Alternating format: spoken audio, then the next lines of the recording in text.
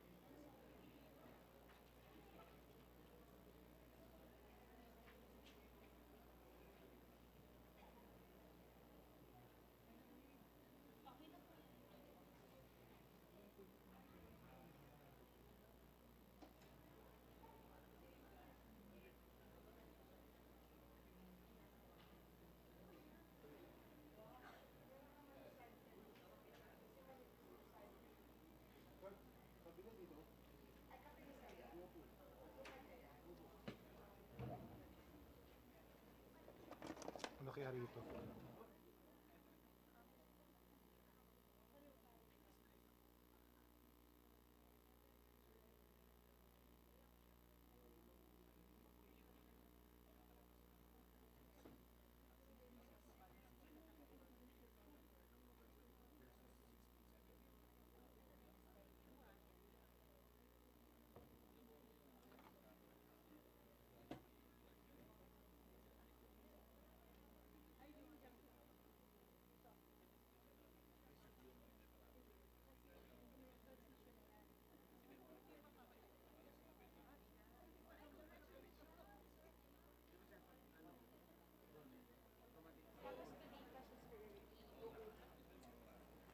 Today siya OB, sir, in reference of this.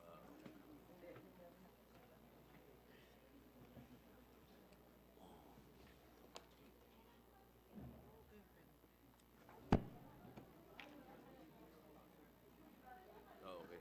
Si Loren na lang. Hindi mo sa kanila yan. Loren, saan? Zoe?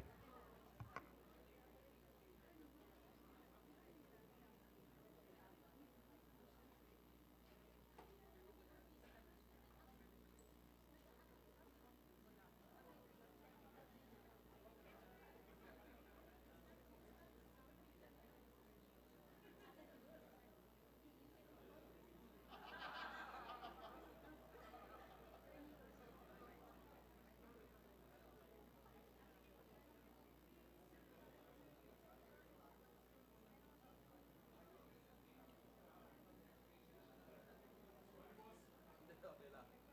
Wala pa rin si Macho Ganda eh. Sorry.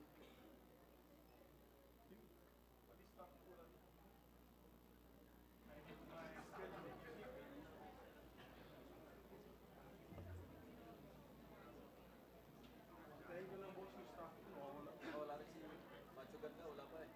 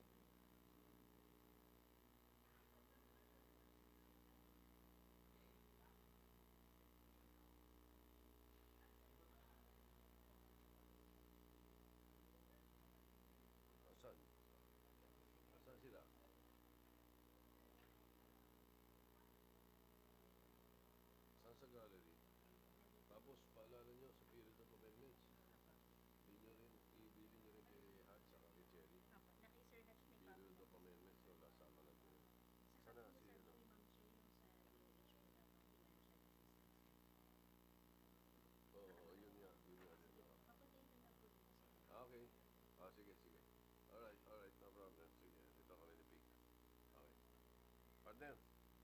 5 minutes away daw siya. 5.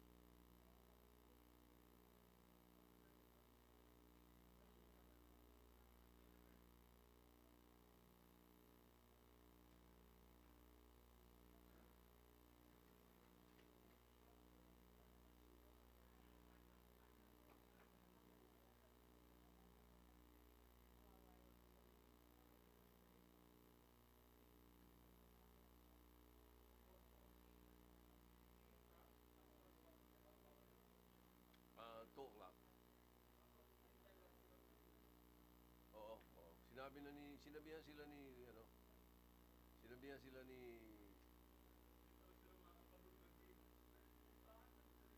ah,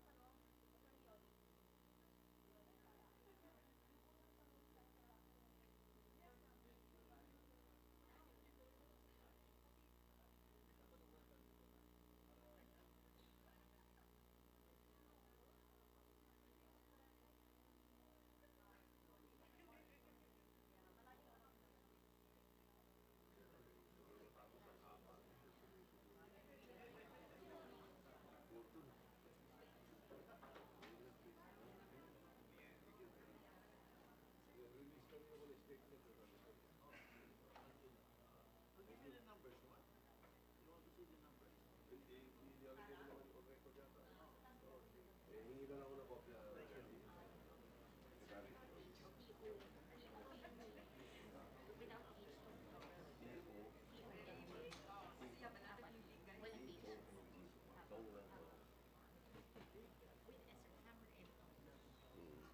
Is nga pala yun, tama.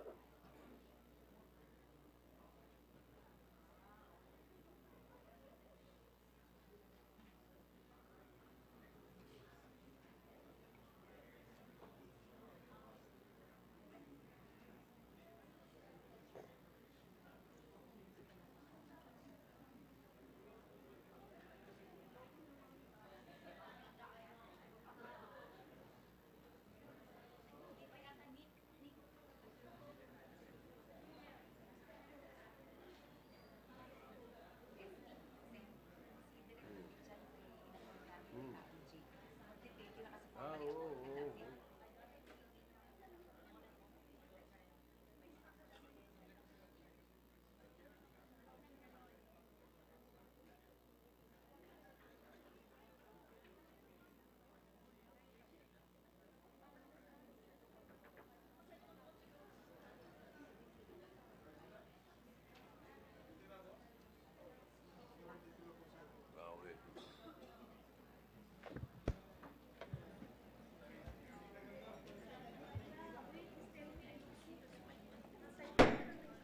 Session is resumed.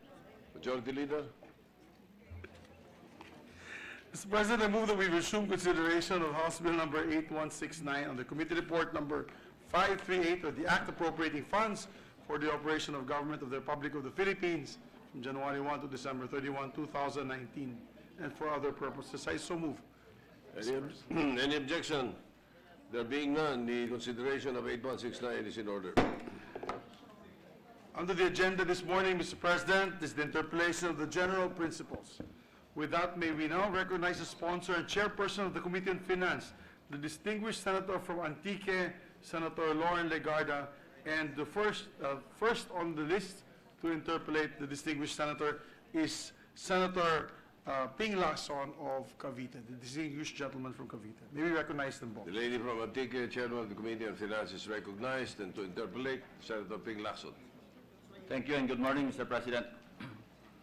First, I'd like to take this opportunity to thank, commend, and congratulate the distinguished lady from Antique, Malabon, Makati, Republic of the Philippines, for putting all the hard work to her mandate as chair of the Finance Committee of this chamber.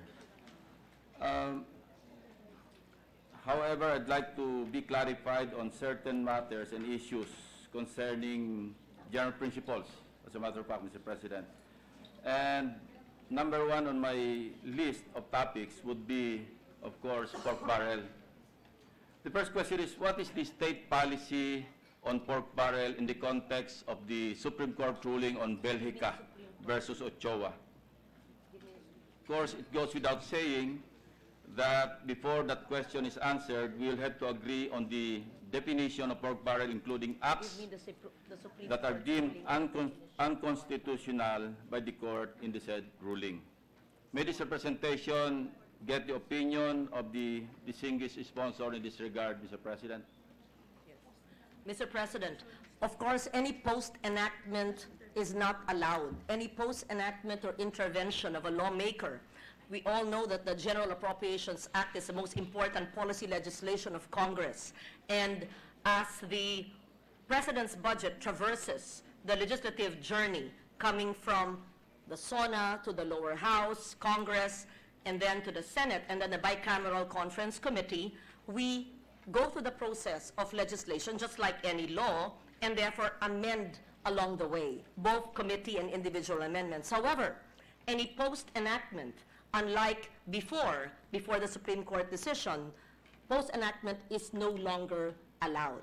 Therefore, any lump sums and a lawmaker, senator or congressman, to designate where it should go to a certain municipality or project is therefore not allowed. I think I don't need to read into the record the Supreme Court decision, which explicitly explains what is not allowed, or would you want me to put it on record? Can I have it, please? I have some excerpts, Mr. President, of the Supreme Court ruling. Mr. President, this is the dispositive portion of the Supreme Court decision. Mahaba po eh. Yes. Okay, all legal provisions of past and present congressional pork barrel laws, such as the previous PDAF, CDF, articles and various congressional insertions, which authorize legislators, whether individually or collectively organized into committees, to intervene, assume, participate in any of the various post-enactment stages of the budget execution, such as but not limited to areas of project identification, modification, revision of project provisions of past and present congressional pork barrel laws, blah, blah, blah. It's very, very long. It simply says, Mr. President, that anything post-enactment, meaning after, thank you, the President signs the budget, must not be intervened into or meddled into by lawmakers. In other words, simply put, the opinion of the distinguished sponsor is all measures, all post-enactment measures are considered pork. Otherwise, hindi po yung pork. I'm sorry? Post. Yeah, post. Yes, yes. Meaning, fund utilization through various post-enactment measures, yun lang po yung pork. All others, hindi mako-consider. I would not say yun lang po. I read a provision and there could be other nuances, interpretations of this, Mr. President. We all know if there are 100 lawyers in a room, 100 lawyers will have 200 opinions. I'm aware of that, Mr. President. And there are 23 senators in this chamber, So and there'll with be 2,300 opinions. Thank you, So, Mr. President. I may not be a lawyer, Mr. President, but I can- have on the screen, Yeah. Mr. President, acts that are deemed unconstitutional. Hindi naman relevant yung A and B, so hindi ko na sinama. No? But letter C, all legal provisions of past and present congressional pork barrel laws such as the previous PDAP and CDF articles and the various congressional insertions which conferred personal lump sum allocations to legislators from which they are able to fund specific projects which they themselves determine. Now let's go to letter D, Mr. President. Wait, at least- All informal practices of similar import and effect, which the court similarly deems to be acts of grave abuse of discretion amounting to lack or excess of discretion, are also declared void by the Supreme Court. Now, Mr. President, to simplify this discussion, I would like to make some illustrative samples. No? Let's go to the tulong-dunong provision of the... I will... Let's proceed with the discussion, Mr. President. Tulong-dunong. Okay, these are examples of the medyo maliit. Yan, tulong-dunong program. Ano? You can identify the congressmen there. Well, hindi ko na sinama yung mga senador muna, Mr. President. Mga congressmen muna. These are samples, no? So, what do these indicate? That legislators have a say in the implementation of projects, which is the exclusive domain of the executive branch.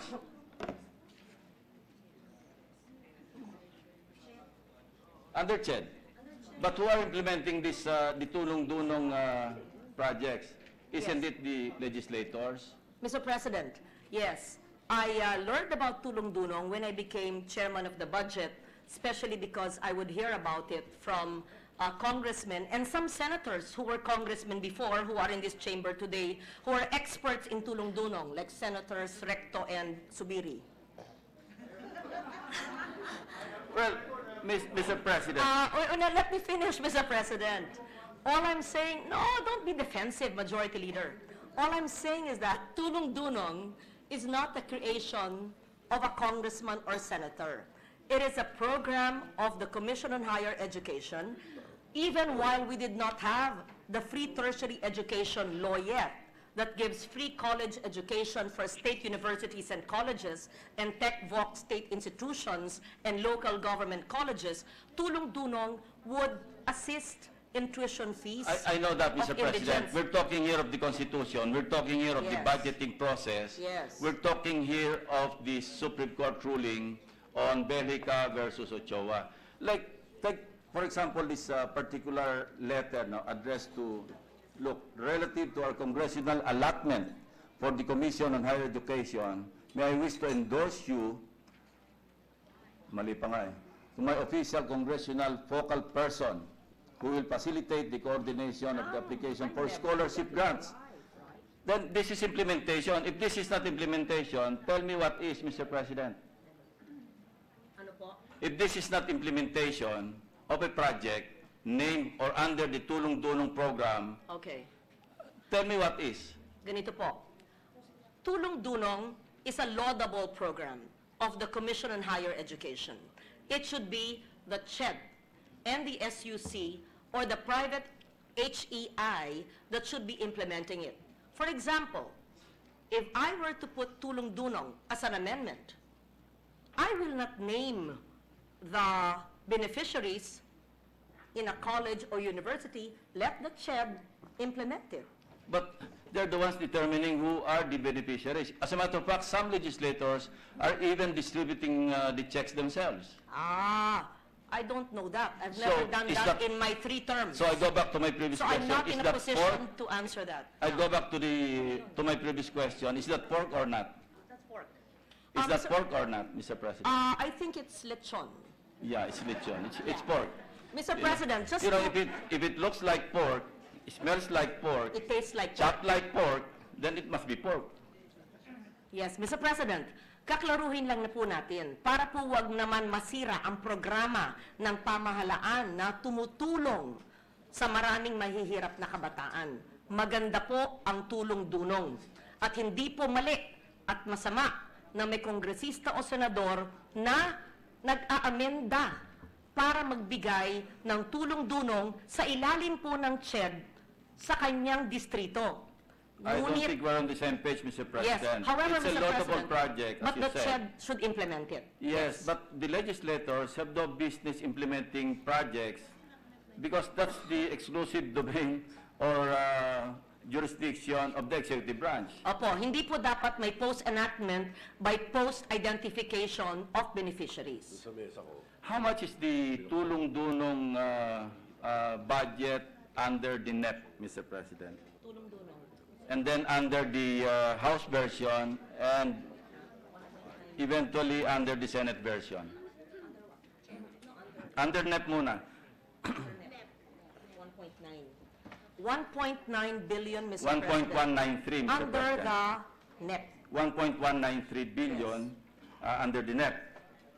Then sa GAB, paki-flash nga para makita natin. Yes. Under the House version, as transmitted to the Senate, naging 1.968, so nadagdagan ito. Look, under the Senate Committee report, which is now under deliberation, lumobo po ito ng 3 billion. Now, I will not ask any more for details, Mr. President. No? I will just make this argument na since the Universal Access to Quality Tertiary Education Act or the Free Tuition Law, with the proposed 2019 budget of 43.308 billion pesos has been passed by this Congress last year, hasn't tulong dunong become redundant and a duplication and should therefore be deleted or realigned?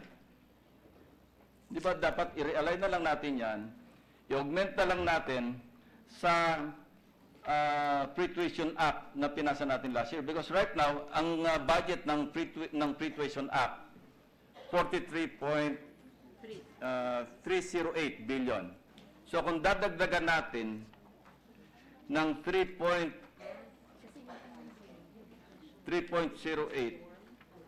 under the or 3.108 under the Senate version, depending on DBM and CHED, if they see the need for fund augmentation, Mr. President. If they don't see the need to augment the funds of CHED under the pre-tuition act, then we might as well just delete it or realign it to serve better purpose, Mr. President.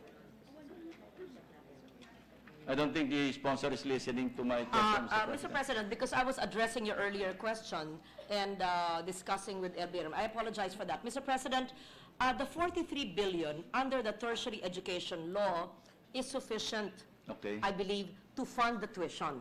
The Tulong Dunong, as you very well know, addresses not only the issue of tuition, but also allowances, transportation, dormitory, computers, books, and all other needs of That is our correct. indigent youths. That is correct. And there are parameters. At least, hindi discretionary, unlike the Tulong Dunong, which is talagang discretionary because the congressman can just choose a daughter or a son of one of his leaders and make him a beneficiary. Unlike the CHED program under the tertiary education, di ba may mga requirements dyan na kailangan pumasa sa exams, kailangan enrolled na or about to enroll.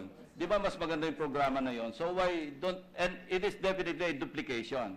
This is redundant eh. Mr. President, gaya po ng sinabi ko, yung free tertiary education, pag i-lodge natin lahat doon, mapupunta lang po sa tuition.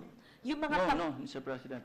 Meron niyang miscellaneous, may mga kasamang mga services yan. Hindi lang free tuition yung coverage ng quality Okay. access to tertiary education. kasama po yung pare LGC at saka TESDA state-owned. Pero ang problema po ganito, yung tulong-dunong po na dumidiretso sa SUC dahil libre na po ang tuition. Diretso pong mabilis ang pag-download sa mahirap na estudyante para sa kanilang ibang pangangailangan maliban sa libreng tuition.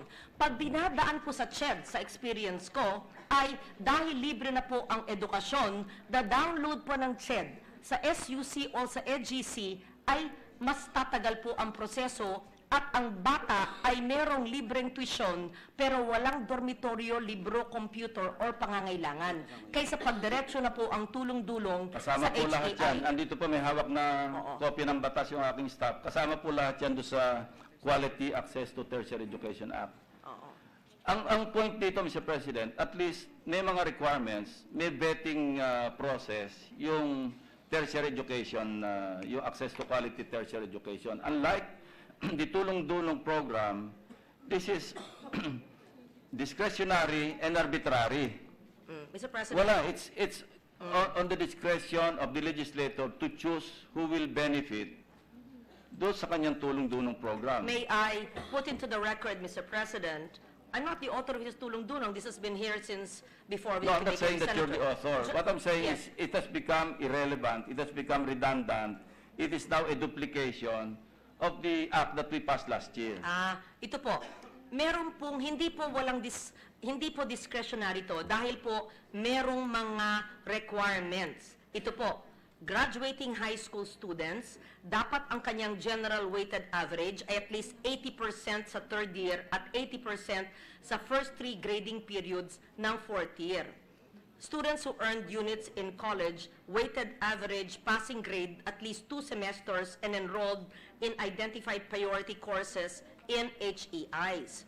And students who passed the alternative, the ALS, learning system and the Philippine Education Placement test. And then the program can also be availed of by PWDs, solo parents, cultural minorities, the IPs, hill tribes, senior citizens. So there are many requirements of tulong-dunong. It is not simply like a cash cow that you can give away. 80%, next semester, etc. Marami pong nakalista po dito na requirements bago po sila maka-access ng tulong-dunong. Your Honors, if we can agree that the tulong-dunong program is laudable as being manifested by the chairman, to remove the color of the pork, why don't we just retain what was in the NEP? It propose to retain what was in the NEP so that it can continue, but remove the additional 2 billion as being With all shown due by respect, Senator Lacson. Mr. President, the question I'm raising here is the implementation of the project, of the program. So even the 1.1 billion is being questioned as far as the... Because as shown in the illustrative samples, legislators are allowed under the tulong-dunong program to implement projects which is not allowed or which has been declared void in the Supreme Court ruling on Bellica versus Ochoa. Hindi na po pwede mag-implement ang mga legislators. And clearly, they're announcing it eh. They're on Facebook. Alam mo, ang kailangan lang po, hindi masama yung programa, in fact, laudable. Importante lang sa implementasyon ng CHED ng tulong-dunong ay maging stricto sila na hindi mag-identify ng mahirap na benepisyaryo ang lawmaker. Kasi ito po, kailangan may qualification requirements eh. Graduating high school students, annual gross income of parents not to exceed 350,000 a year, napaka-stricto ng application procedures and documentary requirements. Ang haba-haba nga eh. Then, ini-evaluate pa ng SUC yung mga dokumento at rangko ng qualified applicants. Tapos, may mga notice of award. Ang dami academic requirements, incoming freshmen eligible for college should show their high school report card. Kailangan may earned units na ganito. May Mr. President. Ang haba na nga ng requirements, Mr. President. Ang laki ng cheque, Mr. President, namimigay. Anong How distrito could po a yan? legislator distribute checks to beneficiaries? This is plain and simple implementation of projects. Siguro, sumaling siya sa programa. Pagbawal natin. Ipagbawal. O di, pagbawal na lang natin. Correct. Ganun lang. Oo. Correct. Sumali lang yun. To be fair, okay, let me just, I hope my good Vice I Chair. will not argue this much, Mr. President, kung wala tayong pinasang Access to Quality Tertiary Education Act, kasi at least merong pag-asa yung mga kababayan natin sa malalayo, dahil may kakilala silang mga congressmen, may pag-asa sila sa makapag-aral. But then, we have already passed the Pre-Tuition Act. So, why is there a need to duplicate the provisions of the Pre-Tuition Act? That's my basic point, Mr. President. Mr. President, I would welcome a special provision in the CHED budget or even a general provision on the strict, just reiterating the strict post-enactment ban.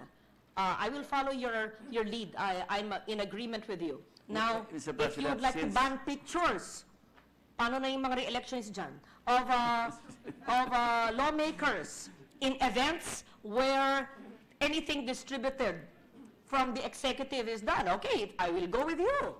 We'll just shake hands and then not Mr. stay beside President, I'm not trying to LGUs be to give difficult, out. but since this is a policy question, may we ask the opinion of the DBCC on the matter? Pwede ba natin sila makonsulta? Kasi policy po ito eh. Hindi magparitrato, mag-implement, Mr. President. Hindi naman bawal magparitrato eh. Bawal mag-implement ang mga lawmakers.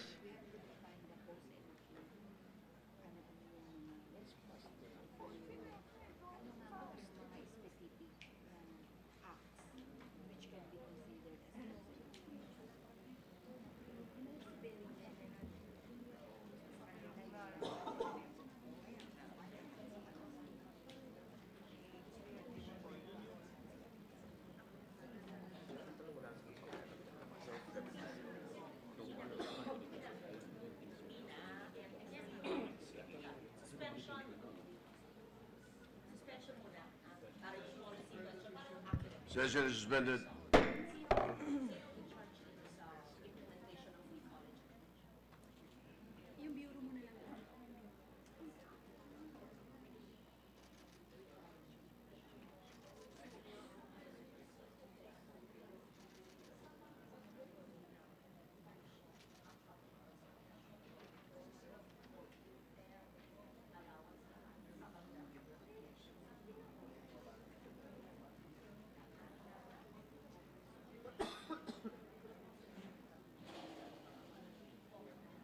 Happy birthday, Vanessa.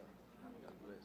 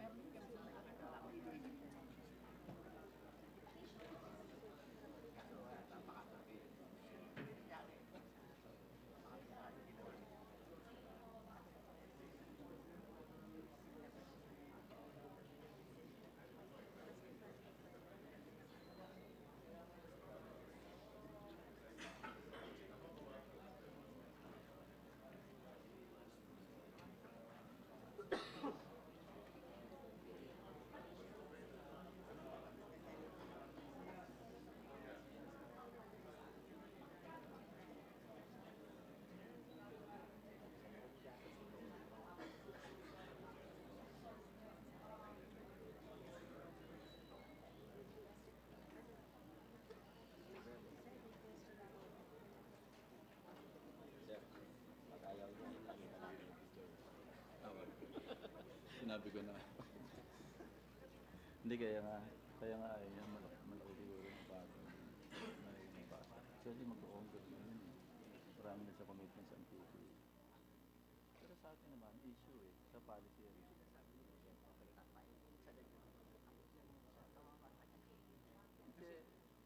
Babangitin ko mamaya, remember the case of delayed Diaz, yung kanya scholarship program, ang liquidating instruments to rest.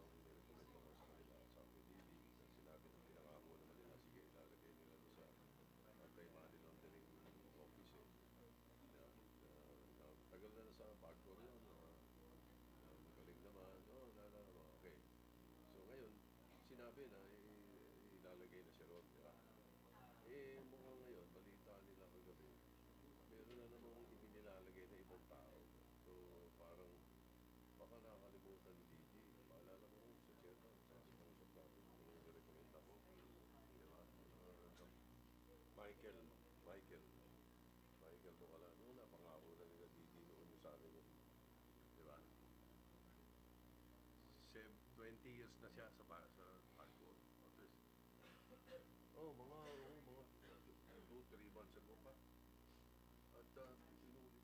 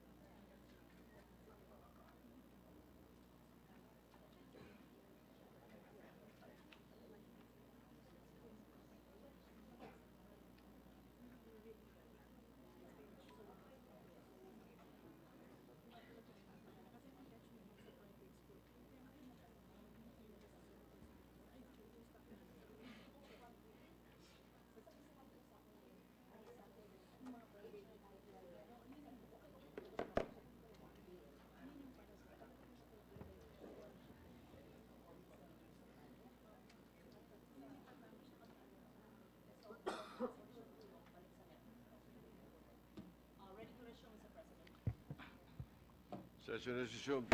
Two things to my esteemed Vice Chair, Senator Lacson. First, I will welcome a very strict general or special provision on the reiteration of the Supreme Court ruling on post-enactment of any sort. Second, I accept your proposal to bring back the tulong-dulong to the NEP level and abolish whatever has been amended by the House and the Senate committee report. Mr. President, may I respond, Mr. President? Whether it's 1.19 billion or 1.96 billion or 3.108 billion, it's still pork. And talking about being a laudable project, Mr. President, let me quote from the Supreme Court ruling, the last portion. Sinabi rito, clearly, the court finds the 2013 PDAP article as well as all congressional pork barrel laws of similar operation to be unconstitutional. that such budgeting system provides for a greater degree of flexibility to account for future contingencies cannot be an excuse to defeat what the Constitution requires. Clearly, the first and essential truth of the matter is that unconstitutional means do not justify even commendable ends, Mr. President. So let's not talk about being laudable or commendable. It is the Constitution, Mr. President, plain and simple. So whether it's 1 peso or 3 billion pesos, it's still pork if the legislators are the ones implementing it. So, Mr. President, why let the poor suffer and abolish a laudable program way before our time if it is tainted by isolated incidents of lawmakers or congressmen who abuse the process? It pains me to abolish the tulong-dunong, which has been there for decades before I joined this chamber, just because there are abusive personalities who go with the photo ops of the checks and letters to the CHED. because it is the Constitution, Mr. President. Mr. President, tulong-dunong is under the CHED. It is an augmentation of what before was not existing because we only enacted the Free Tertiary Education Act. And even if college tuition is free, the other expenses are humongous. It's even not enough, even despite the fact that we give free education and tulong-dunong of how much? 6,000 or what? With life being so difficult, it would be so painful of me. I would like to say yes to you, Mr. President, but can we please meet in caucus or even just agree? Because I honestly don't think that the CHED's tulong-dunong is a pork barrel. I believe and I agree with you that it is the abuse of perhaps some, or even just a few, who seemingly join in the implementation. But I do not think the CHED allows these lawmakers to implement it. And if they do, they will be held accountable. But Mr. President, to implement a tulong-dunong, which will help an indigent youth traverse go through the bundoks and take a tricycle and buy his or her almusal and buy a book, Mr. President, that is not provided for under the free tertiary education. That's the reason why we have institutionalized free education in this country, Mr. President. Mr. President, free tertiary education. You know, I'm not anti-poor. I was born to poor parents myself, and I was able to study in public schools. But it is the Constitution. We might as well amend the Constitution to suit the need for a program like tulong-dunong and let the congressmen, let the legislators implement projects in that regard, Mr. President.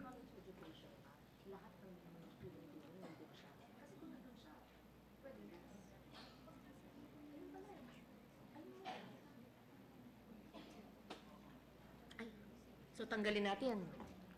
O teka, suspension, Mr. President. May I ask the Suspension. Senate President to come down, please? Okay, suspended.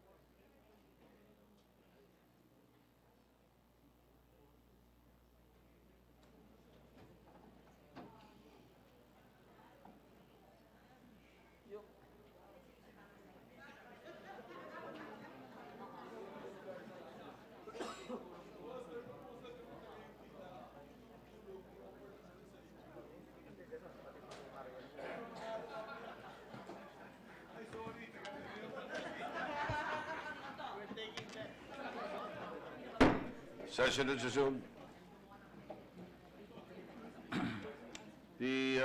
Before the suspension, or Thank you, during Mr. the President. suspension, there was a caucus, a mini caucus between Senator Lacson and Senator Legarda, joined in by the President Pro Tem. So may we hear the proposal that we to resolve this issue on the Dudong-Dunong program?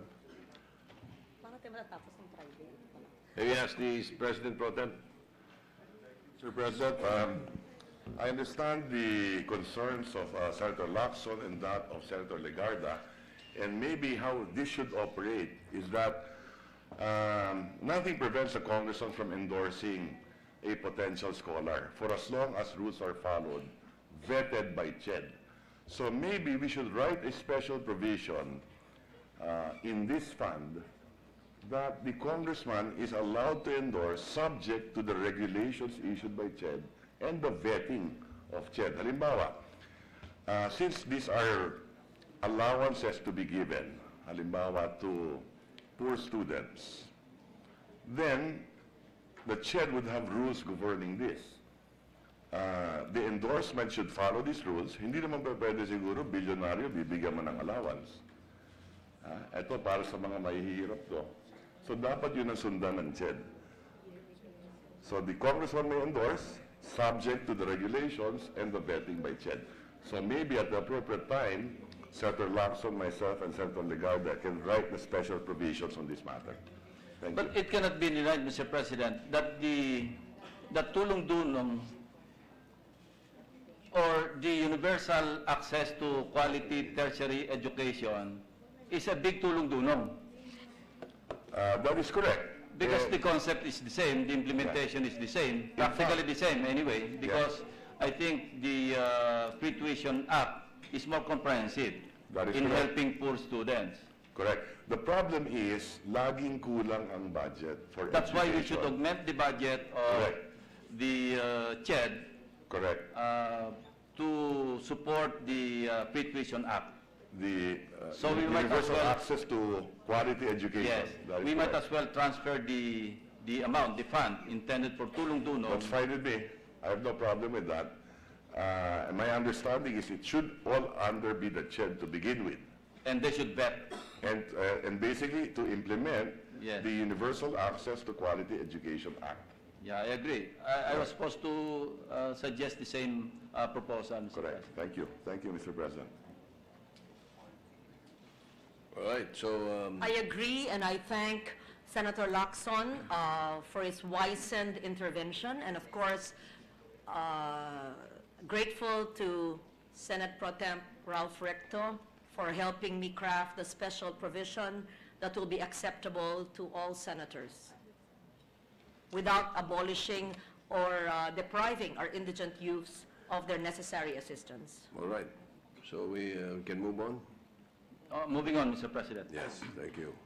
In relation to the same issue, we all know that there are 4 phases or stages of the budgeting process. No? Preparation under the executive branch, and then authorization, exactly what we are doing now. And then it goes back to the executive for execution and then accountability.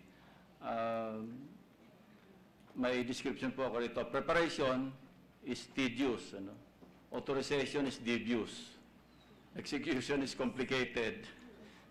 Yung accountability, yung medyo breath of fresh air, Mr. President. Now, what makes up the National Development Plan, Mr. President? Shouldn't it be a major consideration in the preparation stage of the budgeting process in support of the state policy of local autonomy, Mr. President? Agree. Ito po yung sa preparation phase Yes. being undertaken by, and I'm glad that you included a special provision on this. Ano? I learned from you. Everything And I should emanate from the local development councils through their local development plans, and then it's approved by the Sanggunians, and then it goes all the way up to the RDCs for vetting, and then NEDA will come in, and then the BCC bago mag-budget call. Tama po My kayo. question is this being practiced, Mr. President? Mr. President, hindi lang po yan. Natuklasan ko po sa haba-haba ng panahon na sa gobyerno ko na dahil sa ating mga batas at sa mga bagong implementasyon, 3 ang meeting ng meeting na hindi nag-uusap. Yung Local Development Council yan ang nakasaad sa inyong PowerPoint. Dahil sa bagong batas na NDRIM noong 2010, meron pa yung Local Disaster Risk Reduction Council. And of course, the Local Peace and Order Council. The different members, the others are similar or the same but not identical. They meet at different times with different frequencies and don't necessarily coordinate and converge on the plans and the needs. And so, I ask them, if possible, to meet together and to submit their plans so that the Local Development Council knows the risks in the area and can plan for sustainable development, and so that the Peace and Order Council and the security threats in their area, if you're in Marawi or in Maguindanao, you would know what to ask in the Local Development Council. Hindi ba ho? Yung security needs, yung environment needs, yung climate needs, lahat ng needs for agriculture, dapat ini-input yan sa LDC. Then yes, they bring it to the sanggunian. You're correct. Municipality or city, and then they bring it to the province, that brings it to the regional, that brings it to the national, and then they craft their needs for the President's budget in the NEP. It's a long, tedious process, but it is the right process because we really have to know the needs in the purok and the sitio and the barangay. And those are what should be reflected in our budgets. So I'm one with you on that. That is correct, Mr. President. In fact, the local development plans should have an indispensable influence in the crafting of the national budget, at least the President's budget. And that's mainly the reason why we see governors, mayors, barangay chairmen loitering around the Senate corridors and even in our offices, because there's a big disconnect between the needs and priorities of the local government units and the national priorities. I agree. Mr. President, despite this old decades-long law, despite the fact that every year we say this and you stress this, despite the fact that I ask it time and again and many other colleagues in the hearings, there's a disconnect.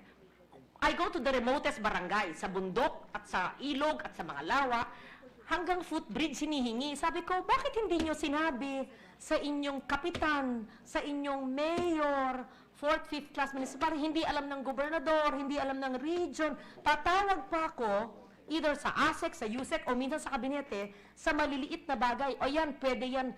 Saan ba ang menu? Kalahi seeds, palista ako. So para akong kapitana na naglilista ng mga pangangailangan ng purok at sityo. Totoo po yan. Tanong nyo kay Atty. Doblon, tawag sa akin kapitana, naglilista ako ng kailangan nilang maliit na footbridge. Kailangan nila hanggang ang maliit na equipment, hanggang sa handloom nga na hinihingi, hanggang sa isang makinang sira-sira na yun lang ang gusto nila sa buhay. So nagtataka po ako, saan nagpupunta yung bunga ng mga meeting ng LDC kung ito ay kailangan pang senador umakyat sa bundok para malaman ang pangangailangan ng purok. So my question, Mr. President, Malaki ang disconnect. my question is this being observed in the preparation of the national expenditure program? Okay, to be fair to NEDA and to the national government, yes, it's being observed. In fact, So why do we see governors, mayors, and barangay chairmen loitering around the premises of the Senate and even in I will in answer Congress you and Lower later. House? Okay, ito po. This Why is is there a disconnect between the needs and priorities of the local government units and the national budget that we are enacting, Mr. You're President? correct. I agree with you 200%. Ito po muna. To be fair to the national government, to the best of their ability, they're doing it. Ito po ang total cost of RDC-endorsed projects vis-a-vis amounts included in the NEP. If I'm reading the total amount, it says 325 million to billion. million. Excuse me, this is NEDA. Just 1 minute. This is, ito ba ang total? Ito yun. Here. Ito lang nasama sa net. There's a total amount of 16 billion, 724 million, 925,915.52 of total cost of RDC, Regional Development Councils, endorsed. Iba-iba itong item, kaya hindi ang total. For the, yan, this is not the total, that is for level 3 Oo. water. So, ang total po ay 16.7 RDC endorsed projects. Nasa net ba itong 16.7? Ito mamang na-approve sa Farm to Market Road. Tas I have the, okay. So your question is this being done? To be fair, yes, it is being done. In fact, I know my governor of Antique is a chairman of RDC Region 6. She tells me what happens, and I tell her kung anong dapat gawin, yung advocacy ninyo, sinasabi ko, sa Senator, ginagawa naman namin at sinasabit namin. Kaya nga po, ito ang suma total, 16.7 na endorsed ng RDCs of all the regions. At dahil dyan, there are farm-to-market roads na bunga po ng RDC endorsed projects, 9.950,500. Meron Salintubig na 1.549641 base sa RDC. May communal irrigation na 8.564275. Local roads and bridges, 37B 882640. Water supply system, 325317. So, nangyayari naman po. Pero bakit sabi nyo at nararamdaman ko na malaki pa ho ang pagkukulang ng pangangailangan at hanggang barangay kagawad? Buti sa inyo, gobernador at mayor. Ako hanggang kagawad po, tinetext ako. Tanong nyo sa mga staff ko. Kaya, midnight, sumasagot ako sa mga, kapitan. Di ba?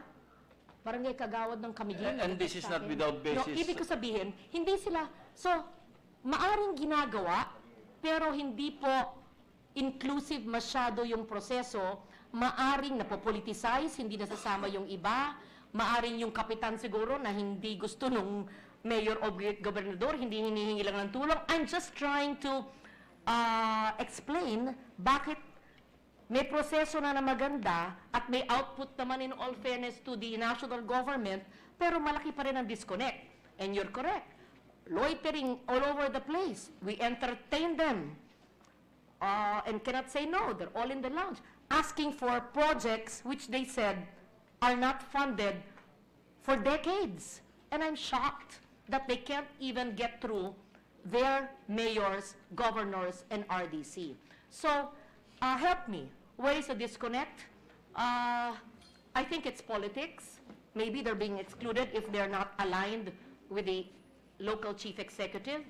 And I think also not everything submitted to the RDC, of course, is accepted because that's vetted by the NEDA.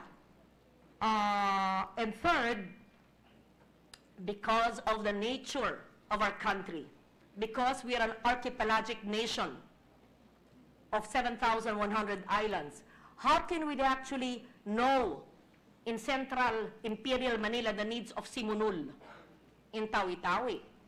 How would we know the needs, let's say, in Coner, Apayao? How would you know the needs of Patnongon in Antique? So that's why we have congressmen. That's why we have senators who go beyond our job of lawmaking para sumiksik sa mga purok at sityo so that we can fill in that disconnect. And there's basis in the Constitution and further articulated, again, ang reference ko lagi yung pork barrel ng one of the culprits, Mr. President.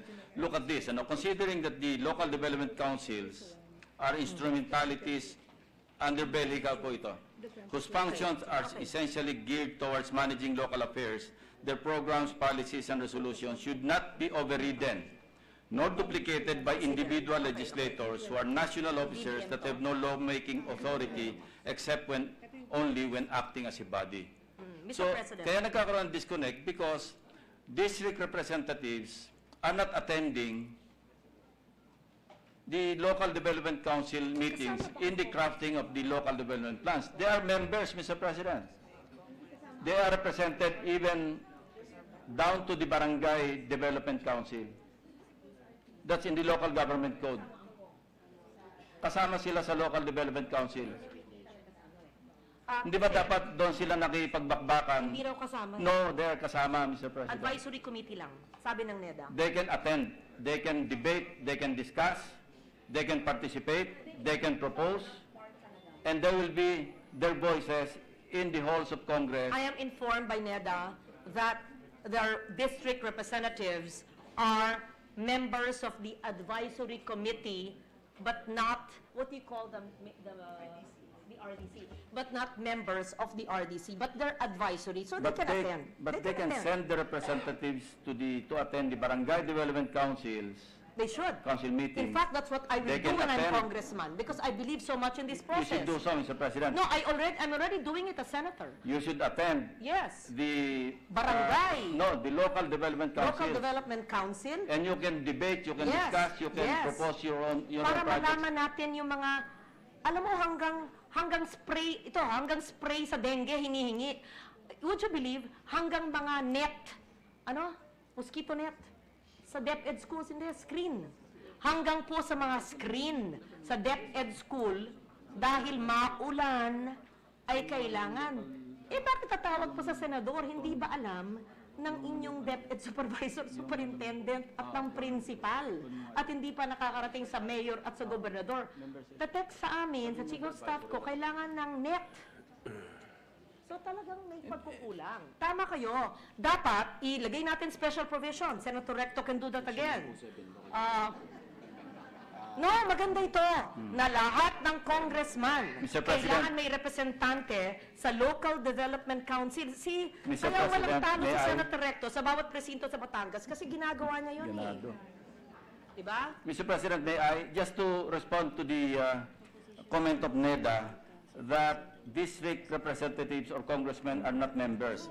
Section 107 of the local government code, composition of local development councils. I One, missed that members, correctly. wait, Mr. President, members of the Sangguniang Barangay, representatives of non-government organizations operating in the barangay. Three, a representative of the congressman. Yes. You're Sa correct. barangay po ito, pero sa municipal and provincial, the congressmen themselves are members. Yes. Tama po kayo. So Sa they are not LDC mere advisory committee. Hindi. They are Sa RDC members. po, iko-correct ko po. Ay, hindi ko correct. I'll clarify. Sabi po ng NEDA, sa region, advisory. Kaya nga, baka i-correct natin yan. Dapat No, sa member. RDC, Mr. President. Kasi sa LDC, kasama sila. They are members. Pero sa region, advisory lang. Kasi ang bambakbakan, Mr. President, di ba sa Isa. local development councils, ang RDC medyo mapping up operation na lang yun, Kasama na sila sa to RDC. use a military term. May proposed NEDA bill including the congressmen in the RDC. Isama na natin. No, that's the ideal, and that is in the law, Mr. President, in the Hindi. local government code. No, I just read the provision, Correct. section 107. No, sa LDC nga po. Pero sa RDC, hindi nga kasama. No, not the RDC. I'm referring to the local development councils, Yes, kasama. municipal, provincial, and Kasama sa barangay. local, sa region, hindi nakasama. Kaya dapat amendahan. Alam niyo kung bakit hindi sila sumasama? Dahil pagdating sa Congress, insert sila ng insert. Kaya nga mayroong disconnect. Kung kasama sila sa discussion, sa pag-craft ng local development plans to be submitted all the way to NEDA and the DBCC, dapat naka-input na yung mga projects nila doon. In consultation or in collaboration with the local development, Okay. local development council. I agree with you. Ayaw nila sumama because gusto Okay. nila mag-insert na lang sila pagdating sa Congress. may we have a special provision reiterating the importance of the presence of the congressman or the rep in the LDC, which is already here in section 107 and in Sanggunian, and because based on info from NEDA, they are not included in the RDC but only as member of the advisory committee. In the absence of the NEDA amended law, we can just make it a special provision, making them a member of the RDC to be consistent with the LDC. Pwede yun. Oh, hindi pa napapasa yung amended NEDA bill di ba? Hindi pa. Making the congressman a member of the RDC. Di tayo na magawa sa GAA. We can do that. They may not be members of the RDC as long as they're members of the LDCs. Then it will serve the purpose. Hindi, kasi baka Hindi naman mawala sila along the kailangan way. maging member ng RDC, Mr. President. Baka mawala along the way. Baka No, but they will represent their local government units in the halls of Congress when they debate or discuss the budget in the Correct. plenary. Pero mas maganda kung along the way, kasama sila. Kasi kung hindi kakampi ng congressman yung gobernador na member ng RDC, papatayin na dun pa lang yung proposal mula sa LDC. Ito, titingnan politika lang. Kung proposal lang isang kapitan na tao ng mayor, na tao ng congressman, nandyan yan. Pero pagdating sa RDC, kung ang representante ng probinsya ay gobernador na hindi kakampi ng kapitan at saka ng mayor, baka natulog na sa RDC at hindi umakyat yung proposal. Maaring ganon, di ba?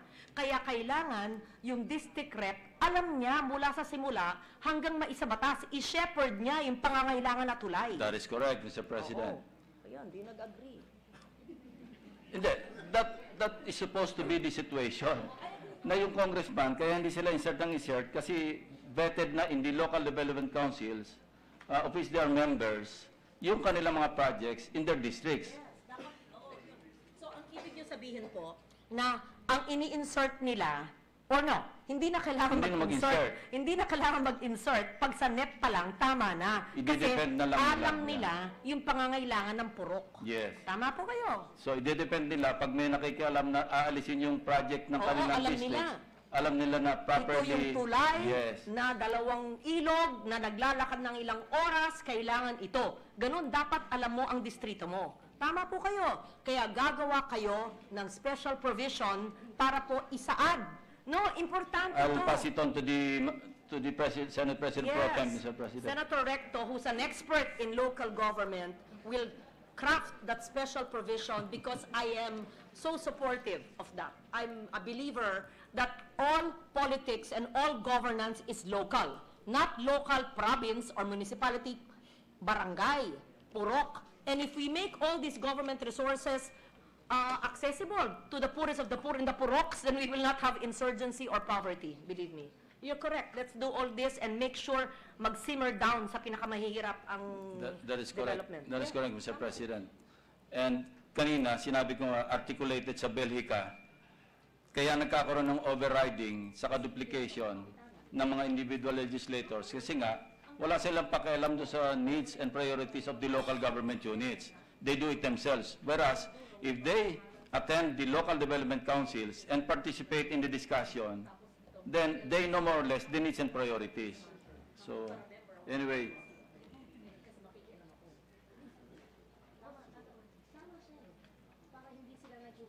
I'm mostly correct, Mr. President. Did you say always or mostly? Mostly. Yeah, that's why I agree with you mostly. Now, next question, moving on, Mr. President. We're not done yet with the pork barrel issue, no? Should the budget be a political tool for legislation? Let me read another portion of the ruling on Belgica.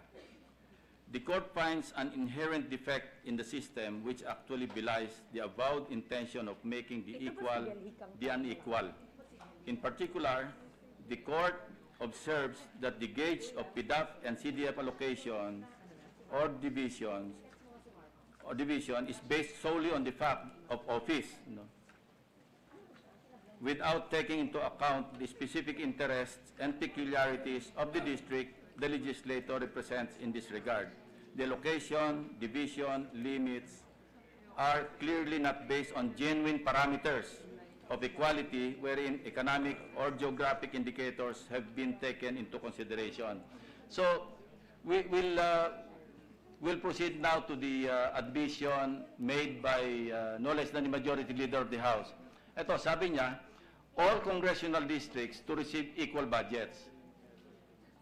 So, hindi ba violation dito ng Supreme Court ruling on Belgica? Dahil sinabi nga, you're making the equal, the unequal. Kasi hindi naman para-para yung needs ng bawat districts. Pero they're distributing 60 million per congressman.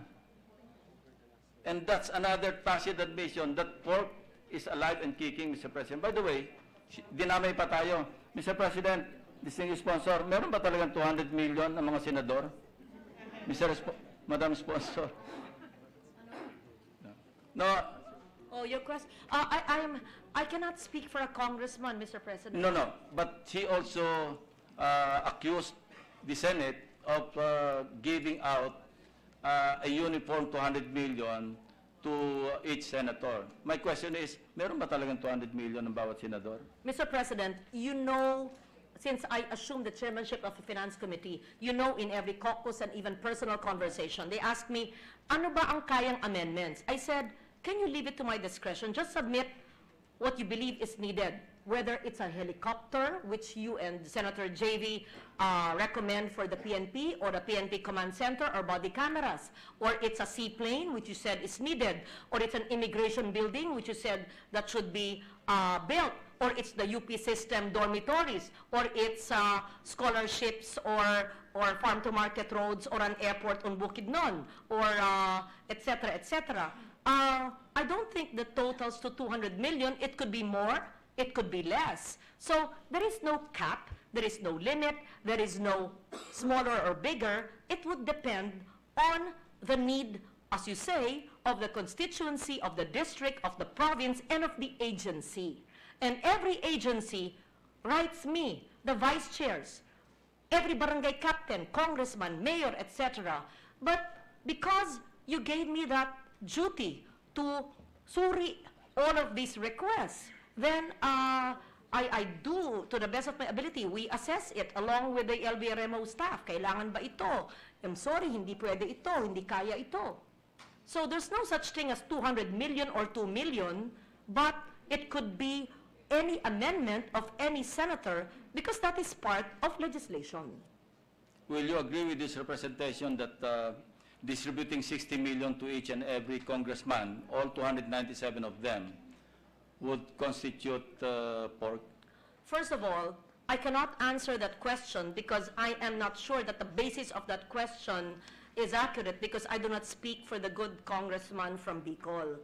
So ayoko pong ma-misconstrue because we are on Facebook Live and I don't want to be misunderstood. I don't want to be misquoted. That is why I read out earlier the Belgica ruling in this regard. Yung sinabi, inherent defect in the system which actually belies the avowed intention of making the equal the unequal. Kasi nga, ginawa mong equal yung unequal because hindi naman para-pareho yung pangangailangan ng bawat distrito. Tama po Bakit kayo, mo bibigyan iba-iba. ng para-parehong 60 million? Maaring So my question is, isn't that pork?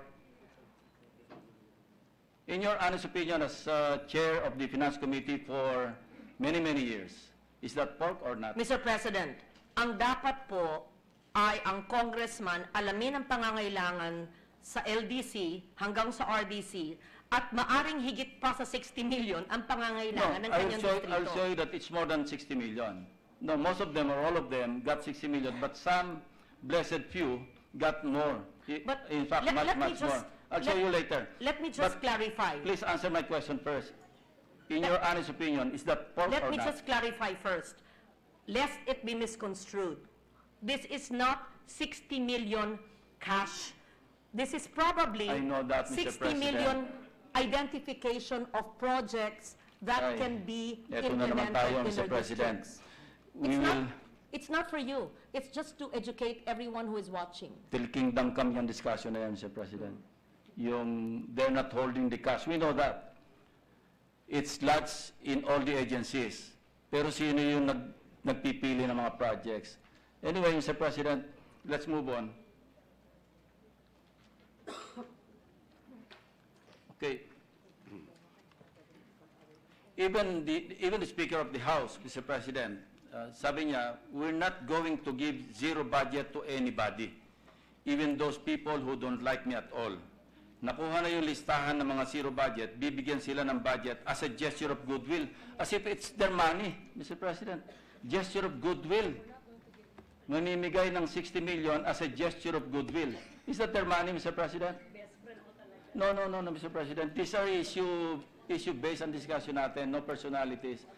Nangyari lang na siya yung speaker at siya yung nagsalita ng ganyan. So, both of them, sinasabi nila, kailangan pare-parehong 60 million. And since you refuse to answer my question, Senator Recto, who was a former congressman, can answer. anyway, Mr. President, let's proceed. The House of Representatives amendments, no? Ayan. Ito yung, they passed on second reading na mayroong alterations na doon sa NEP. Of course, that is their duty, no, to amend. But between October 3 and the date of the transmittal to the Senate, meron pa silang ginalaw without going back to plenary. Okay? And first, the 51.792 billion pesos in the NEP, no, and adopted on second reading by the House. Yung 20 billion, ito yung hinati-hati nila sa 297 congressmen at 60 million per congressman. 20 billion divided by 297 million or 297 congressmen, may butal pong 67 million na nilabasan. So, all in all, meron silang extrang 2.1 billion pesos. Saan po napunta yung 2.1 billion? I'll show you later. No? Yung naiwang 31.792 billion from the 5172 or 792 billion, ito na yung allocated to the different agencies, projects, chosen by some congressmen. No? We'll show you. Please, next. And then there's another 4.982 billion, kaya naging 56 yan eh. Kasi 51 lang yung sa DPWH na inatado. Allocated to the different agencies and the local government support fund. Kaya ang total niyan,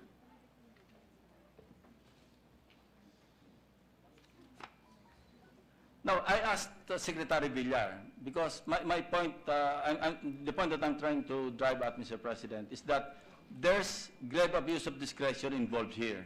No, I asked Secretary Villar during our committee hearing, no, tinanong ko sa kanya, nag-consult ba sa inyo yung mga congressmen when they decapitated the budget of the DPWH, yung 51.792 billion, at nilipat nila sa mga ibang projects? Ito po yung sagot niya.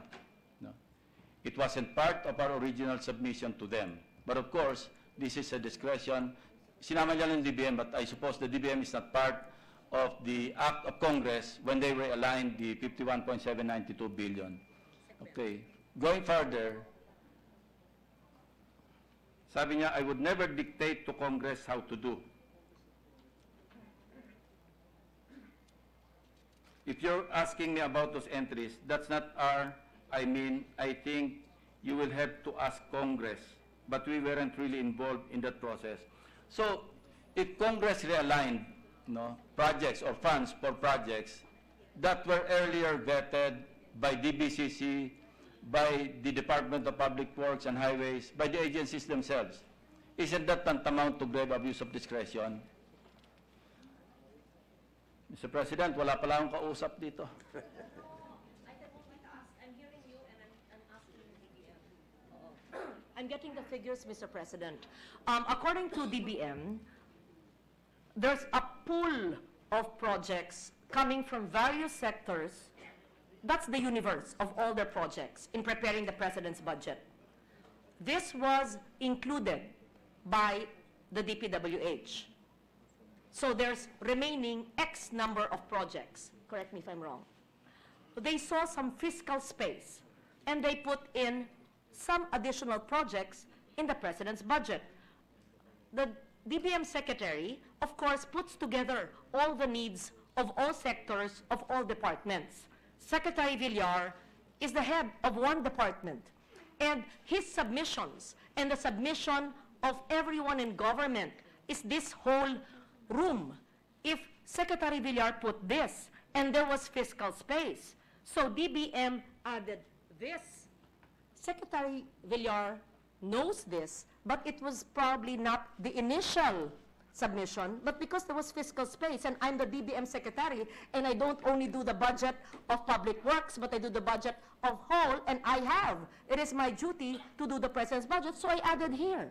And so, I'm not questioning the NEP, Mr. President. no, I'm yun lang questioning po the ang Iran- paliwanag ng DBM kung bakit po sinasabi na hindi alam.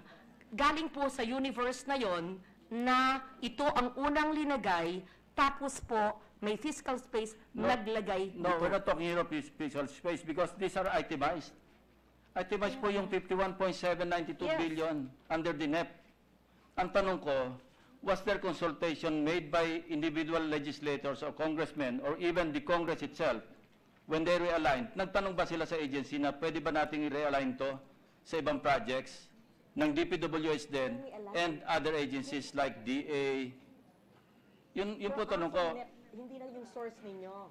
Was You're there not asking consultation? anymore. Okay, so it's no longer Secretary Jokno and Secretary Villar. You're already talking about the 51 that they moved elsewhere from the Including net to the 20 gap. billion for their individual 60 million. So 1 minute. Was there consultation? May consultation po ba? So nandun ka na sa next na tinanong ba ng COC, ililipat nila from... Yes.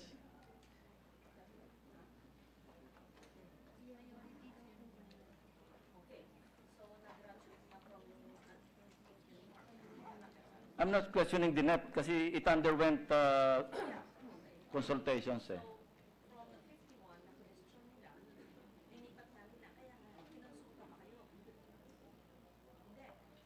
Oh, kung hindi kinonsulta, hindi ba babalik tayo sa letter D, yung grave abuse of discretion? So, pork pa rin.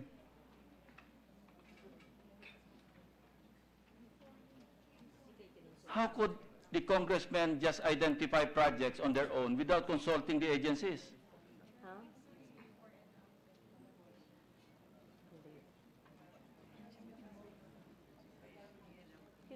Now, okay, Mr. President, we'll move further. Kung walang consultation, babalik lang ako sa letter D. Letter D, doon sa unconstitutional acts under Belgica. Ayan, no? All informal practices of similar import and effect which the court similarly deems to be acts of grave abuse of discretion amounting to lack or excess of jurisdiction. Or discretion, that's not jurisdiction. Is it pork or not, Mr. President? Mr. President, in the budget call, there is a tier 1, tier 2. Mr. President, wala na po tayo sa budget call. No, Nasa authorization na tayo, wala na tayo sa preparation. It's part of my explanation. Just give Okay. me 30 seconds. Okay. Sa budget call po, may tier 1, tier 2. Maaring sa NEP, tier 1. Not to defend the congressman, I'm trying to reconcile what they did. They probably got those in tier 2 where and they changed the NEP as part of the GAB using those in tier 2. It's possible. Pero, Mr. President, pag hindi ka nag-consult sa agencies, paano malalaman kung, di ba discretionary yun? Bigla mo na lang nilagay sa proyekto. I'll show you to which projects So, yung pinaglagay napunta nila yung butal. sa tier 2. Please, show the slide. Yung insertions, Yung NEP, hindi... insertions and total projects of at least 2 lawmakers, Mr. President, under the General Appropriations Bill, ito yung tinransmit sa atin. No, not that one. Yung additional. NEP to GAB, hindi na tier 2. Here, Mr. President.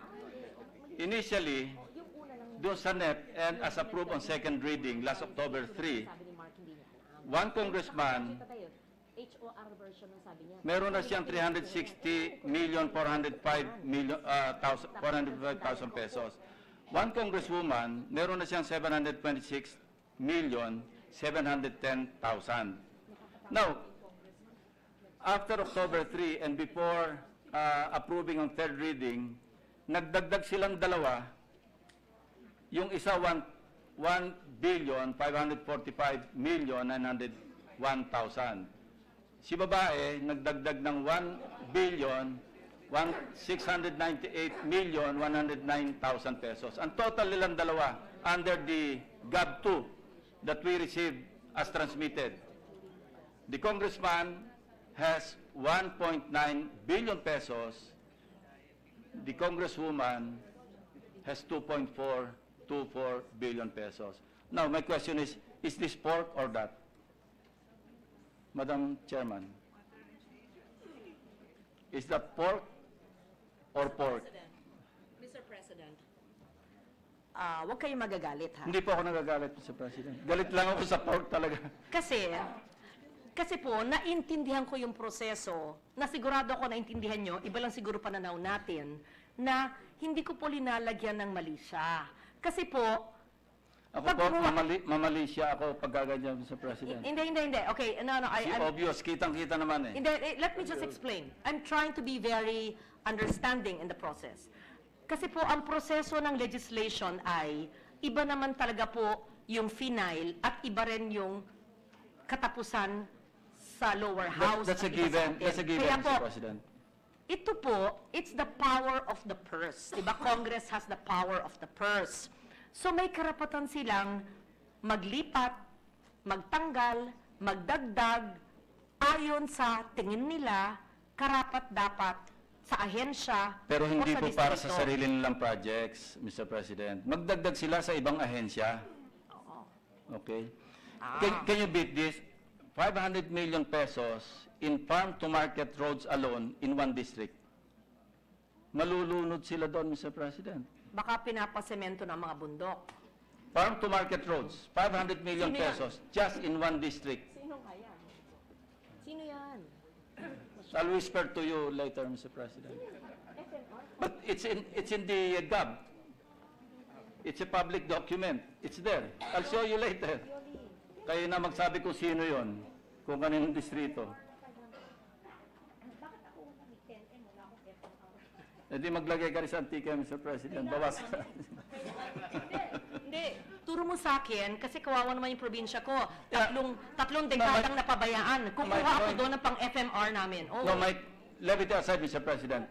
My point here is grave abuse of discretion as ruled under Belgica versus Ochoa by the Supreme Court. Tapos sasabihin nila walang pork. Sinabi nila, all informal practices with similar import and effect. No?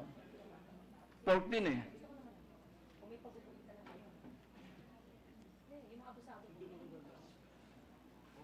No question. Will you help me delete these insertions Can you on record, Mr. President? can you please pinpoint to me, either on I will record? I'll show you the list Yes. there. Kasi kailangan Yung may mga parity. naka-highlight, yan yung mga distrito. Yung nasa distrito. Okay. Hindi, bibigyan kita ng kopya niyan. Nasa atin yan, Mr. President. Binigay sa Finance Committee yan. Okay. Meron pa dyan, susunod. Yan ang mga insertions na ginawa. I don't know who's from Lubao, Mr. President.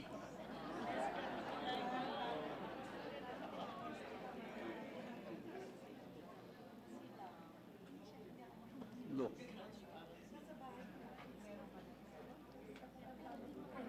It's all in the books. It's all in the budget books. All you have to do is to scrutinize. And another question, alam nyo madali mag-track sana kung hindi nila tinatanggal yung UWACs. Unified Accounts Code Structure. Kasi meron sa DBM yan eh. But when they submit the NEP to Congress, to the lower house, pag ginawa nila yung GAB 1, which should be a faithful reproduction of the NEP, tinatanggal nila yung UWACs. Why? No, not here. Pagdating sa atin, wala nang UWACs eh. But UWACs is yun ang code na magtatrack kung saan napupunta yung mga items, yung mga pondo. But why would they deliberately remove the UWACs na present do sa DBM, do sa NEP? Pagdating sa atin, tanggal na. Why?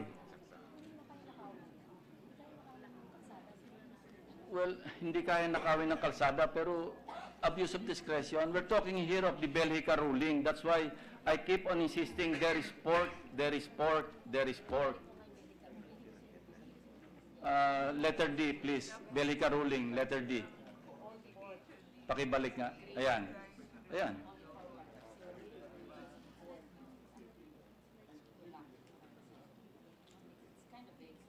No, it's not vague. Grave abuse of discretion is not vague.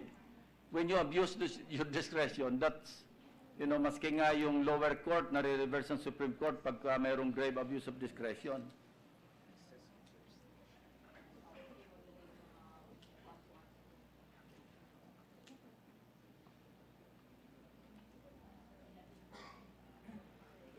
Mr. President, gusto mag-suspend muna? Hindi naman. Ikaw ang sagot eh. Suspend na muna tayo. Limang items lang dati yun. Yeah. Session is suspended. Nakakapikon, tapos they have the temerity to deny that there is pork.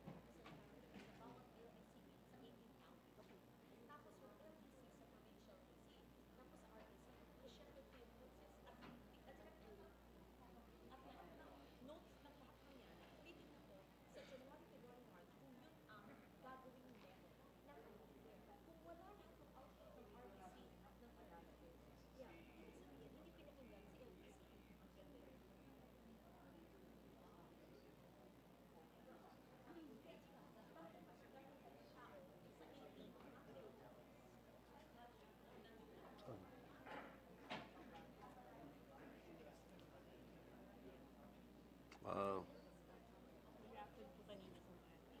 21. Pero yung Muntian. bayan Munda, yung number. Sino? Bayan Munda.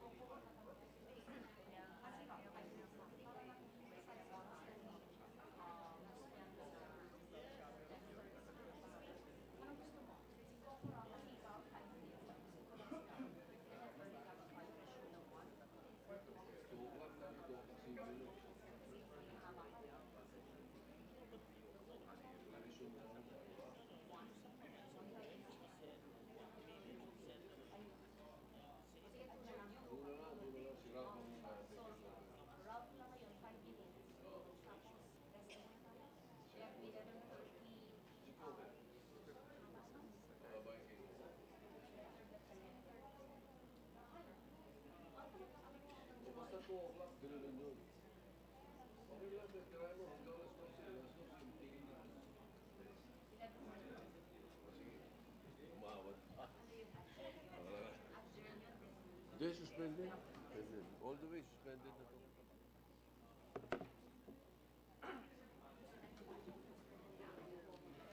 Next week na, adjournment.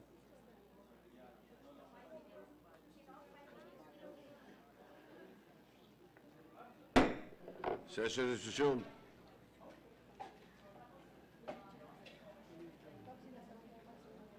The chairman of the Committee on Finance.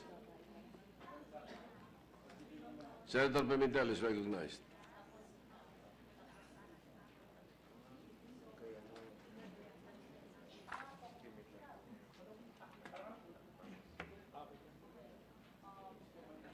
Before the break, on the floor was Senator Lacson and the chairman of the Committee on Finance. So what do we do now, Senator Lacson? Mr. President, I'm suspending my interpellation to give way to our other colleagues to also ask their questions. All right, I will just anyway. resume after Senators Recto, Pimentel, And Ontiveros, and Senator Dillon. Dillon, yes, Senator Dillon has made reservation at 2 o'clock. So we can now recognize Senator Pimentel for the interpellations on the chairman of the Committee on Finance, still on the principles. Thank you, Mr. President. With the permission of our sponsor, Chair of the Committee on Finance, these are some questions to enlighten this representation and all of those who are listening who want to be enlightened about the budget. With the permission of the sponsor, Madam, Senator Senator Ligarda, Ligarda. are you willing and ready to entertain some of my questions? Yes, Mr. President. Thank you. I hope you don't mind my Yes, ma'am. I sitting for a while. I will see. I think the Philippine Statistics Authority just gave a briefing on the latest inflation rate. Can you please enlighten this representation what role inflation rate plays in the preparation and formation of our annual budget?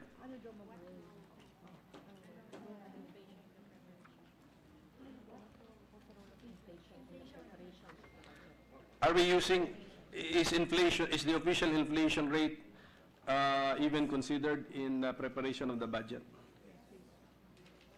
And Thank you how? for that. Yes, Mr. President.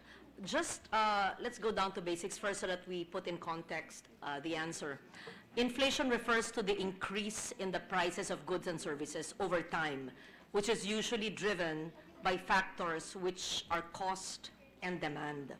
Cost push inflation occurs from an increase in production costs, which may be due to an increase in wage of workers, price of raw materials, the cost of doing business, such as taxes, rents, road toll fees, among others.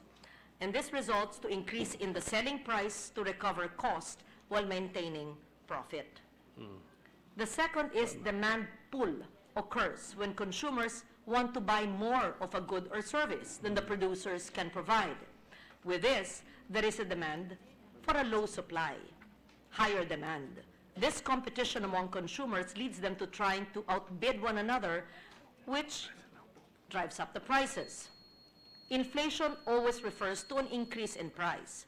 As we know, the opposite, deflation, refers to a reduction in price.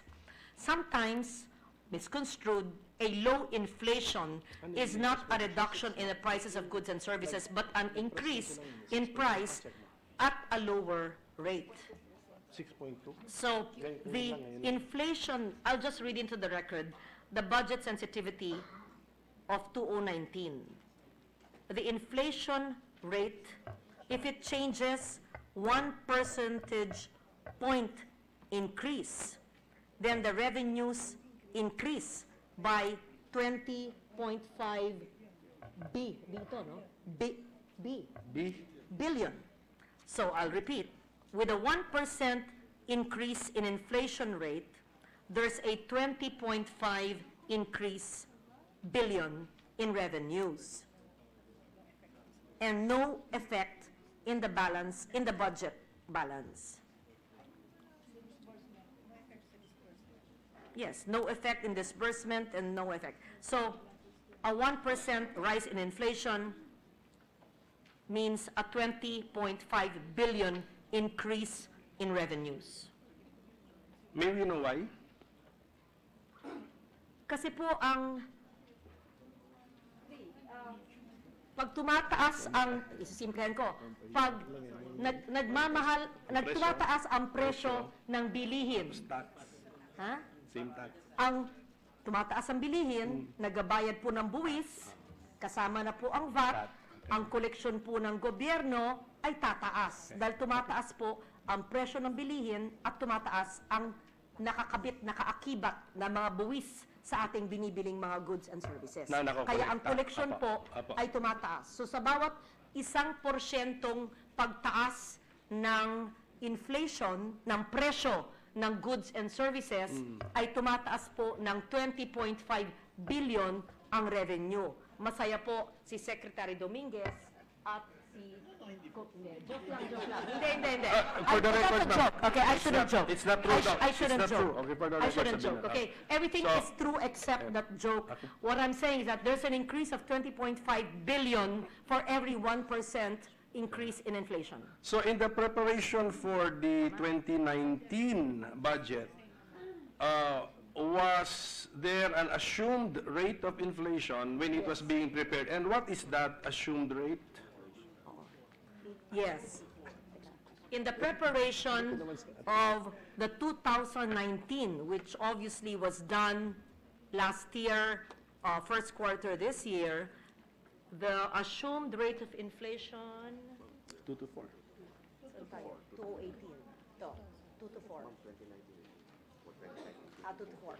The assumed rate of inflation was 2 to 4% target. So ganun pala tayo gumawa ng budget. Medyo malawak yung ating assumption because Yung latitude is that's 2 to 100%. We're doubling, it's a double the rate of the the lower figure. Okay. Plus 2%? More or less than So ang ginamit po natin ay 2 to 4%, pero ang inflation ngayon ay 6. Kaya ang next question ko, ma'am, ito nga next question ko. So, 5.6. kung, ano?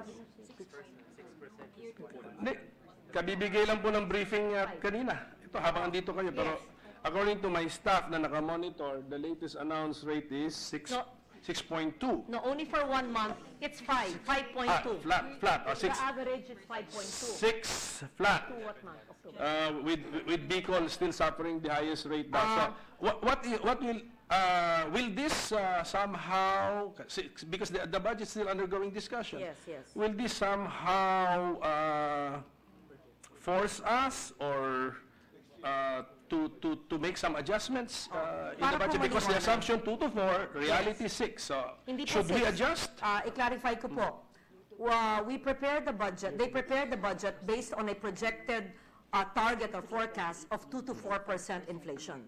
The average inflation for 11 months is 5.2%, not 6. Okay, that's correct. 5.2. But still, it's still beyond 5 yata Next year. And they're not asking for next year. So it's sige, Yes. pati po yung mga prediction ano natin. How does Sige po. Correct. parang ang lumalabas sa discussion nito na makakatulong sa akin at sa lahat ng gustong matuto, anong role ng inflation rate sa lahat ng pagpaplanong ito? Okay?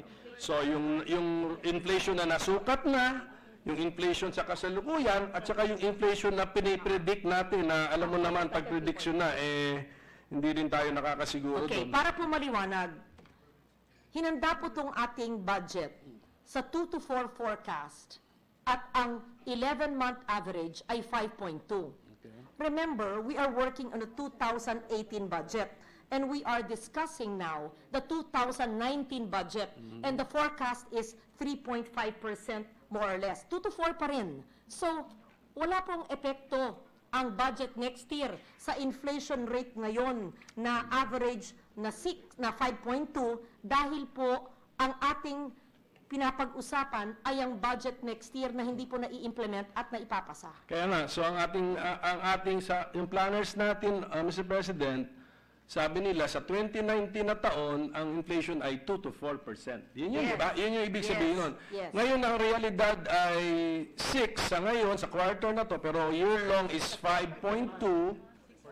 5.2 ang I-correct year ko lang long. po para on the record. 6 for the month. 6 for the month. 5.2. Year long, year to date, 5.2. Yes. Given these figures, tama ba ang assumption na within 2 to 4 next year? Ganun po ba yun? Tama po. Okay. I am assured by the economic managers that we will fall within the 2 to 4% inflation rate for the 2019 budget, which we are discussing now. Since we're talking to the same people, bumalik tayo last year, yung ating bang assumption for the inflation rate ng 2018, nung ginagawa natin yung budget ng 2018, ay tama? Tumpak ba tayo? Nag-revise. Ito, Google. Yun lang yung tanong ko, kasi we're talking to the same people who make the same prediction. Ngayon, ano yung prediction nila last year? Tama o mali? What was our target last Pero ano naging rate? 5.2? 4 then? Ano effect? Wala. Where is the target? Here. 2 to 4 din. 2 to 4 tayo. Ano 2 to 4 to 5? 2018, original target is 2 to 2 to 4. 4. And then we revise it to, sa adjust. To 4 to 5. Ano 4 to 4.5? That is the adjustment. Yeah. And then The forecast in 2017, as I stood here last year and we were discussing the budget for this year, the forecast was also 2 to 4%. Okay. They had to adjust because of inflation, and they adjusted it. Is it 4 to 4.5? And the inflation target was adjusted to 4 to 4.5%. So during budget deliberation, yung 2 to 4, in-adjust na natin to 4 to 4.5. Yes. Pero ang reality, most likely end of the year, anong prediction nila? 5.2. 5.3%, So Mr. President. lampas pa rin. So what is our level of confidence na next year, tumpak tayo, 2 to 4%? And, Well, buwaba po ang crude oil prices, And- hindi ba ho? okay. Oo. Ha? Oo. Napasa po natin yung rice tarification, buwababa ang crude oil prices, so, at pati ang presyo ng bigas, kailangan mas maigting ang DTI at lahat ng gobyerno sa mga hoarders, at cut all the losses and wastage. So, wake-up call, yung nangyari pong panandalian na inflation at na-correct po ang mga ito. okay, kaya nga, for example, Mr. President, na malaki ang ating, anong tawag mo doon, posibilidad na hindi rin naman siya mag 2 to 4% next year. Habang pinag-uusapan pa ang budget for next year, wala ba tayong adjustments na kailangan gawin? Yun lang po yung tanong ko. Kasi hindi pa naman nakataga sa bato yung 2019 budget. Ang assumption natin 2 to 4. Baka sumablay tayo, baka hindi 2 to 4. So, yun lang basic tanong ko. Alam na natin na posible mangyari yun. Do we make some adjustments or not? And if yes, where? Mr. President, no seer or prophet prophesied that world oil prices would increase by 60%. Yeah. And so, kaya po na-discarril yung ating inflation forecast. We don't know if that happens again next year, but based on the trend now with the declining crude oil prices and our passage of rice tarification and all other non-monetary measures being implemented, we are confident that we will meet the 2 to 4% forecast, inflation forecast. Target. Sige ma'am, basta coming from our I will not be here to stand and answer your question next year, Mr. President. It will be one of the senators on the floor. If our committee chairperson does not recommend any changes due to possible Budget due to that, no? excess of the actual inflation from the projected inflation, then there's nothing to worry about. I mean, Kasi nga po, sasangayon po kami sa expertise po ninyo.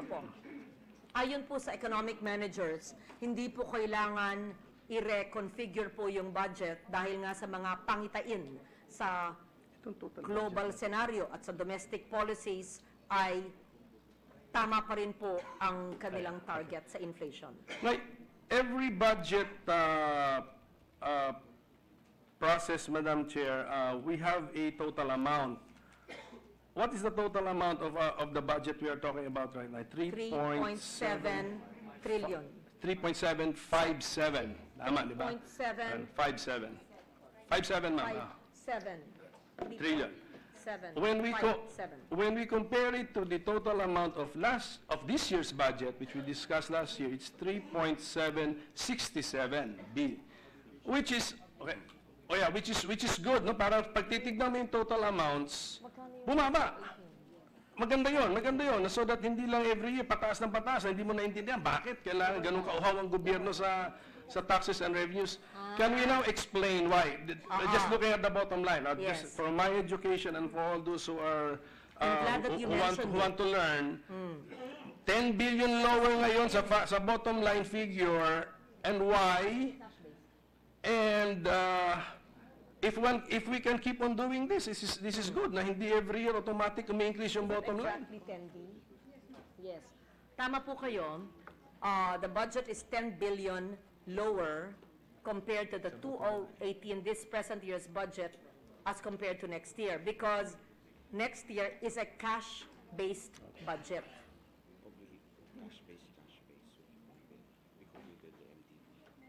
So, because 2019 is a cash-based budget, and all, how do you say, goods and services in the 3.757 trillion budget have to be obligated, implemented, disbursed, and paid within the fiscal year. So, lumiit po, hindi dahil lumiliit ang tulong pangkalusugan, tulong pang edukasyon, tulong pang infrastruktura, kundi may disiplina po sa 12 months, kailangan ay ma-obligate, ibig sabihin, mabid, ma-implement, maisagawa, para maramdaman ng tao, mabayaran, para man magkapera yung mga nag-supply at mga gumawa, para din may perang umikot sa ating ekonomiya. Hindi po sa nangyayari ngayon ay 2 taon hanggang ang pagbayad aabot ng 3-4 na taon. Kaya po, ang hirap sa accounting at ang mga tao ayaw na rin makipagnegosyo sa gobyerno dahil magulo tayong kausap at hindi nagbabayad. Kaya sino ang mga gumagawa? Yung mga minsan fly-by-night, yung minsan hindi magagaling. Dahil yung mga magagaling ayaw pag gobyerno kasi matagal magbayad. Pero sa disiplina na sinasaad po ng ating economic team, lalo ng DBM, sa ilalim sana ng aking BRB na sana ipasa ninyo, ay sa cash-based budgeting sa 12 months. Yan. Kasi naman, kung susundin natin yung sinasabi ni Senator Lacson na tama na may konsultasyon ng sa nakaraang taon, alam na ng barangay at ng munisipyo at ng probinsya at ng rehiyon ang kanilang pangangailangan. Hindi na kailangan isipin pa. Nandyan na eh. So, nandyan na, gumawa na ng President's budget. Obligate, implement, disburse, pay. So, in short, Madam Chair, Mr. President, ito ang sinasabi sa atin ng executive branch o ng gobyerno na siyang may responsibilidad to prepare our budget. Sa taong 2019, ang kayang gastusin ng ating buong gobyerno ay 3.757 trillion. Yan po ba, Madam Chair? Yan po ba? Yan. Na ito, ang sabi ng ating gobyerno, nung gumawa ng budget, na i-ratify naman ang dadaan sa Kongreso with our seal of approval, na ang kayang gastusin ng ating gobyerno ay 3.757 trillion sa isang taon, sa 2019. Plus the off-budget items. May we know ano po yung off-budget items para alam po ng lahat? The list of the Kasi ibig sabihin, hindi lang naman lahat yun, di ba? Hindi lang 3.757 na ginagastos sa 2019, meron pa yatang iba na tawag doon ay off-budget items. Ano yung off-budget items? Utang, principal, ano pa?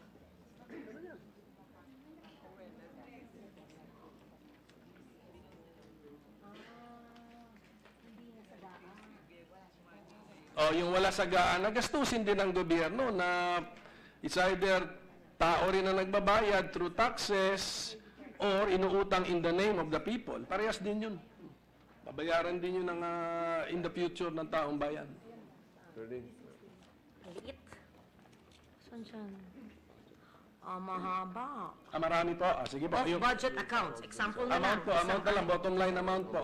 Summary na lang. Ito yung summary. These are the off-budget accounts by agency. Malaki pong halaga. Department, total na lang. Bottom line. Total, ito ba? Revenues and expenditures. 73 billion are the expenditures of the 2019 budget for the grand total of all the off-budget accounts of all departments, including Congress, the OTR, DA, etc. I can actually give you a copy of the revenues and expenditures of the off-budget accounts of every agency. Napakahaba po. Ito po yung... Bottom line po. Para po, yan, magkano yung total? 73.914.7.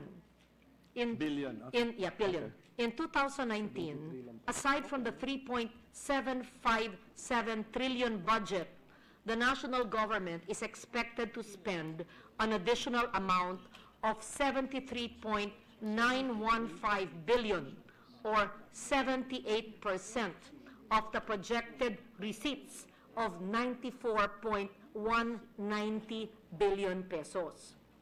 Dalawa po ang component ng off-budget accounts. Number one, off-budget item or any expenditure item which is not part of the NEP. Example, principal payment. Pangalawa po, off-budgetary funds or receipts which are authorized to be deposited with government financial institutions for expenditure items which are not part of the NEP. Retained income and receipts, revolving fund, receipts from borrowing from the Bureau of Treasury. Included under these off-budget items are income from hostels, seminar fees, which shall be used for MOE of hostels and expenses in the conduct of seminars, hospital income used to augment the MOE and purchase of equipment, fees in the excess of regular passport fees collected due to special consideration or issuance beyond regular office hours to be used for pera, wages, and overtime pay, internally generated income of SUCs to be used for PS, MOE, NCO. Ilan lang po yan, ehemplo ng mga off-budget na siyang rini-retain ng iba pong mga ahensya ng gobyerno. Sige, around 73B, no? Opo. Apa. So, para maliwanag, yung 3.75 trillion ang sagaa.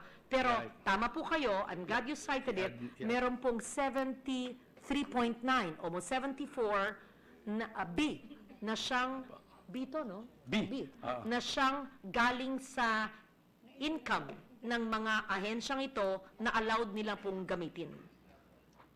Pero kasali po yung principal payment sa foreign loans ba natin? Foreign loans o pati domestic loans? Hindi, Lahat. kasama po, So principal payment for principal of loans of the Philippine government of budget, payment for interest Is on in the the net. loan is JA. Klaro? Tama po ba 'yon? Only the interest is part of the NEP. Yes. The principal payments is an off-budget account, correct? Apa. Oo. Apa. Okay. So maganda nga. So sa Bakit ang principal nasa off-budget pero ang... expenditure na take up mo siya. Yung ginalimutan ka. Sige, kayo nakakaintindi. Sige. So, ma'am, so maganda. ang principal payment ay nasa off-budget pero Correct. ang interest ay nasa NEP. Apa. So, pwede ba natin sabihin na since maganda na itong bagong estilo natin, titignan natin yung cash-based budgeting na isang taon, yan yung ating gagastusin, plus 73, yan po yung total nating gagastusin. So, dyan po ba tayo dyan po ba natin imamatch yung ating kita naman, yung revenue na pumapasok sa gobyerno? Yan, yung revenues ba ng gobyerno ay sinusukat din po ba yan in one calendar year, 2019? Do we also have a figure? Yes. Tapos imamatch po natin yan dito sa GAA plus of budget? Hindi.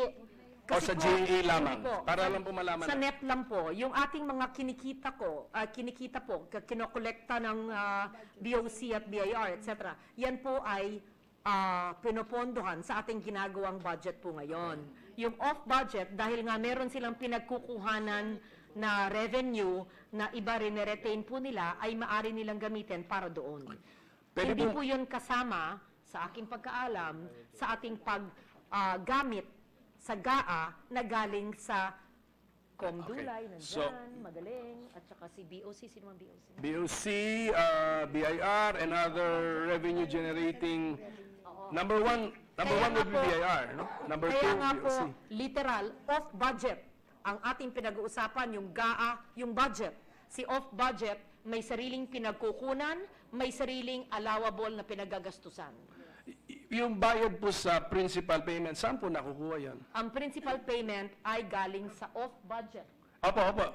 Off-budget is, it is authorized to be paid outside of the budget, but where does the fund come from to pay the principal payments? Mamatch ko yung utang. Sa utang na ako susunod. Mamatch ko. Sa Bureau of Treasury. Hindi parte ng GAA eh. Kasi po, nasa Bureau of Treasury, sa kanilang, not revolving, what do you call it? Finance account.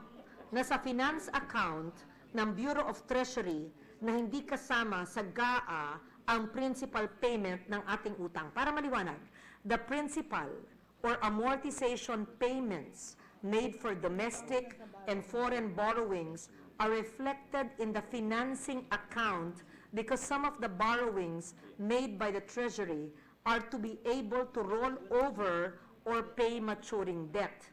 It is no longer shown in the budget to avoid the double counting that will ensue in the recording of the borrowing proceeds. First, when the loan proceeds are classified as expenditure. So, umutang tayo, expenditure siya, and utilized for the payment of a bridge, yung mga civil works, goods, consultants related to the project, it is financing. And second, when the same amount of funds are used to pay the borrowings. These accounting treatments were agreed upon by COA, DOF, and DBM. Kasi po, napasok na siya bilang expenditure sa budget. Kung pasok siya ng pasok, mali po yung accounting. Kaya po si Bureau of Treasury, yun po ang desisyon niya, roll over niya, babayaran niya, nakalaan po yung pondong yun sa Treasury na para wag na magulo po ang ating GAA, nakalaan na po yun, kaya ang principal payment ay doon. Okay, so imamatch po natin ang ating revenues to our cash-based budget. So, how much would be our projected revenues for 2019? Then, ikumpara natin sa 3.757B, magkano po ang lamang ba si koleksyon o lamang si gastos? Ang revenue natin is 3. Alam ko na po yung sagot, kailangan lang natin for the record sagutin. Revenue from GAA. Yes, ito yung ito yung target Oo, natin. target. Tapos yung expenditure ito. Deficit tayo ng 6. Saan galing ang deficit?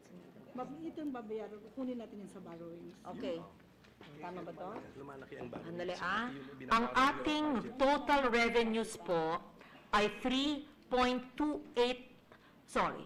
billion 208 million point 2. Trillion. Trillions. 3.8 trillion. 3.2 trillion 3.2 ang trillion. total revenues. Okay. So ganun po yung pag-match Mr. President, no, na Madam Chair. Total revenues Yes. is 3 trillion 208 million. Ayun na lang. 3.2 trillion. Ang ating expenditures 3 trillion 832 million. Deficit natin. Ang ating deficit ay 624.4 million. Billion. Okay, para clear. Ulit. So, Total revenues, 3 trillion 208 million. 3 trillion 208 billion total revenues. right. Expenditures, 3 trillion 832 billion. Deficit, 624.4 billion. Yes, apo. Apo. So okay. Para po maintindihan po nitong representation na ito, ang ginamit natin... Mathematician ka, alam mo yan eh. Ang ginamit nating figure for expenditure is 3.82. Hindi po yan yung 3.757 na ating pinag-uusapan. Saan po nanggaling yung 3.832? Yun lang po yung tanong ko. So, ang ibig ko sabihin, yung cash-based annual budget, hindi lang yun ang pinagkakagastusan po natin. At umihiram tayo, hindi lang para doon sa 3.752, para sa iba pang bagay. At ano po yun, para mas maintindihan po natin. Bayaran sa nakaraan. Magandang tanong po, kasi nga ito yung transitioning mula sa obligation-based budget sa cash budget.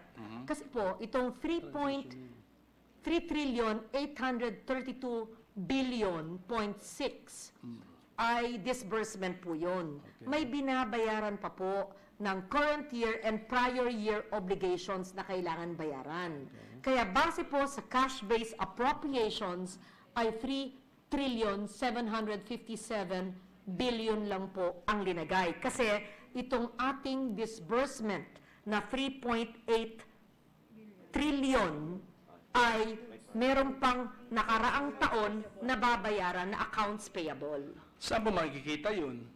Ito po. Hindi, ang 3.757 trillion nakikita sa budget. Yung sumobra, saan po makikita yon? For transparency's sake. Hindi pa nababayaran ng mga agency. Kaya may separate document po ba yan na nakasummarize yan? DBM. Sa DBM po, kasi po, ganyan, meron pong ang DBM at ang COA, meron po silang accounts payable ng 2017 projects. Meron pang 2016, di ba, na binabayaran. Kaya ang gulo-gulo nga pag, yan, may binabayaran pa po. Nasa kanila lahat. Anong dapat bayaran, how far back? 2014. Imagine, walang disiplina. 2014, 15, 16, 17. May mga binabayaran pa po. Oo, sa kanila nakikita. Maganda po itong ating pagbabago sa konsepto ng budget. So, in due time, mawawala na itong halagang ito. Tama po ba yun? Ang gandang tanong nyo, kung pangako nyo sa akin, pagkatapos nito, sa June 30, 2019, sa nakalaan na 2 linggo bago tayo magsara, mapasa natin ang budget reform, napakaganda po. Sige na, tulungan na nyo ako doon. Kasi maganda po talaga. Hindi, yung utang na Di ba? Segment, agree kayo. Ma'am, yung ano po yung principal payments po natin sa ating mga utang ay kasama po ba rito sa deficit na 624B? Off budget yun eh, principal. Hindi nga off budget kasi itong 3.83 off budget na nga rin ito, hindi naman ito yung budget eh. Kaya nga, 3.754 ang budget. You're mentioning to me 3.832 as the total expenditure. So, we're no longer talking about the budget. Lumalampas na tayo sa budget. So, what is your So, question? I'm asking, how are we paying the principal of our debts? A principal amortization. Yes, principal Okay, from amortization. borrowings. From borrowings. We are going to borrow. So, for the year 2019, we are going to borrow the deficit plus the payments we need to make on our loan amortizations. We Tama will po ba yun? borrow the deficit. How much is the total borrowing? So how much is that? And then are there other amounts to be included in the total borrowings para po transparency's sake? If we examine the budget, merong amount. Then another document tells us the utang of the previous years, we reached 624 billion. Trillion to dear. But meron pa palang amortization payments on loans and on what else? Para po malaman natin lahat. Our gross funding requirement is 1.188 trillion. So 1 trillion 188 billion. 888. Ba't puro 888? Oo nga, uutangin po ito ngayon? Next year? Yes. Next year? Yes. Ang amortization natin. Yes, ma'am. Okay, so plus 624 billion? Is that how to This is understand the it? gross funding requirement, ito kasama na po, lahat na po. Kasama na po si 624. Opo, kasama na po si budget deficit, kasama na po si principal amortization, Okay, apa. So, at yung mga, basta nandiyan na so po. 1.188 trillion ang uutangin po ng Republika ng Pilipinas sa 2019. Yan po. Is that the correct statement, Mr. Secretary? Yan po. Okay. Yan pala. At least alam na natin. Magandang tanong niya, natututo ako sa kanya. Pagdating po rito sa... May problema ba sa LGU? At-aralin mo muna ulit. Pagdating po rito sa procurement process po natin, meron po akong 3 bills na nga rito kasi si Presidente parating fina-follow up that we need to reform our procurement process. In this proposed budget, it is stated that agencies shall be required to undertake proper procurement planning in the preparation of their budgets to ensure that only those activities or projects which are implementation ready and are included in their approved annual budget. Napakagandang idea po nito na implementation ready.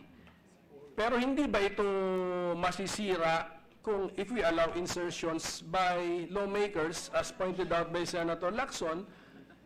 Kasi how do we know that they're implementation ready? And how do we define implementation ready projects? Magandang concept pero but lawmakers should subscribe to the concept and adhere to the concept by only introducing as amendments implementation-ready projects.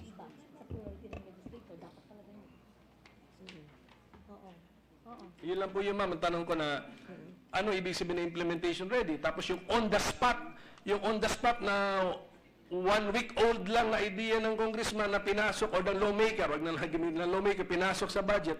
How can we say na implementation ready? Yung biglang naisip lang on the spot.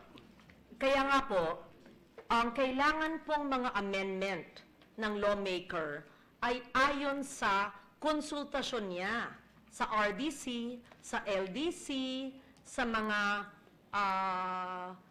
ahensya ng gobyerno, hindi lang sa nasyonal, kundi sa reyon. Kung meron man tayong amendments, ay base po sa ating alam, sa ating advokasya, at sa mga pangangailangan ng mga tao na maaring produkto ng proseso ng LDC, RDC, pero hindi na prioridad ng RDC at hindi na pondohan sa nasyonal. Kaya hindi po masamang magtanggal, magdagdag, magrebisa. Yan ang proseso ng lehislatura. Ngunit kailangan yan ay may basehan. Kaya kailangan may sulat ang ahensya. Kailangan ay ito'y nasangguni sa mga ahensya at sa mga LGU. Pag tumutungo si Senator Lacson, ako'y masaya. This phrase implementation ready is only found in 2019. Ako palagi, This phrase implementation ready is only to be found in the proposed 2019 budget. It's not found in previous budgets, budget laws. So this is a new term we are introducing in next year's budget. Are we defining the term? Yes, because May definition po ba ito sa ating Mr. bill? President, yes, Mr. President, it's the first time that we have a cash-based budget. Kaya nga po, implementation ready. Kasi sayang naman, linaan natin, tapos 12 months hindi natin magawa. Kasi ma'am, it's a new concept, implementation ready. It's a loaded term. Yes. Baka yung letter lang from an agency or informal consultation does not make a project implementation ready. Yes. It must be, I think, ano nga yung elements sa implementation ready? Don't we need to spell this out in this law because it's a new concept Okay. we are introducing? I request you to craft the special provision in consultation with Senator Recto and Senator Lacson so that we can have a clear, definitive provision on implementation ready. Yes. Yes, I thank you agree. ma'am. Thank you ma'am for giving Yes. me that Yes. responsibility. Maganda yun. I'm excited to do it. Yes. Senator Recto is a common thread among all the special provisions. Okay sa inyo. Let's now go to this green structure, because I'm sure this is close to the heart of the green concept, the green building concept. Section 20, ito nasalo na sabihin Patingin yung green. Oh, this is in our bill now. Section 26C, implementation of infrastructure projects. The requirement for DPWH to consider climate data and risk assessment and green building standards in the planning, designing, construction, engineering, and renovation of government buildings and facilities was only a guiding principle in this year's budget. In the 2018, I'm referring to this, in the guiding principle, ma'am. Ako po naglagay niyan. Opo kayo, ngayon po ginawa na nating, in-incorporate na natin sa Section 26C. Are you making this mandatory, ma'am? Retrofitting, mga ganun. Are we making this mandatory now? Dati guiding principle, now, Yeah. na. Yeah, ito po. Section 26C.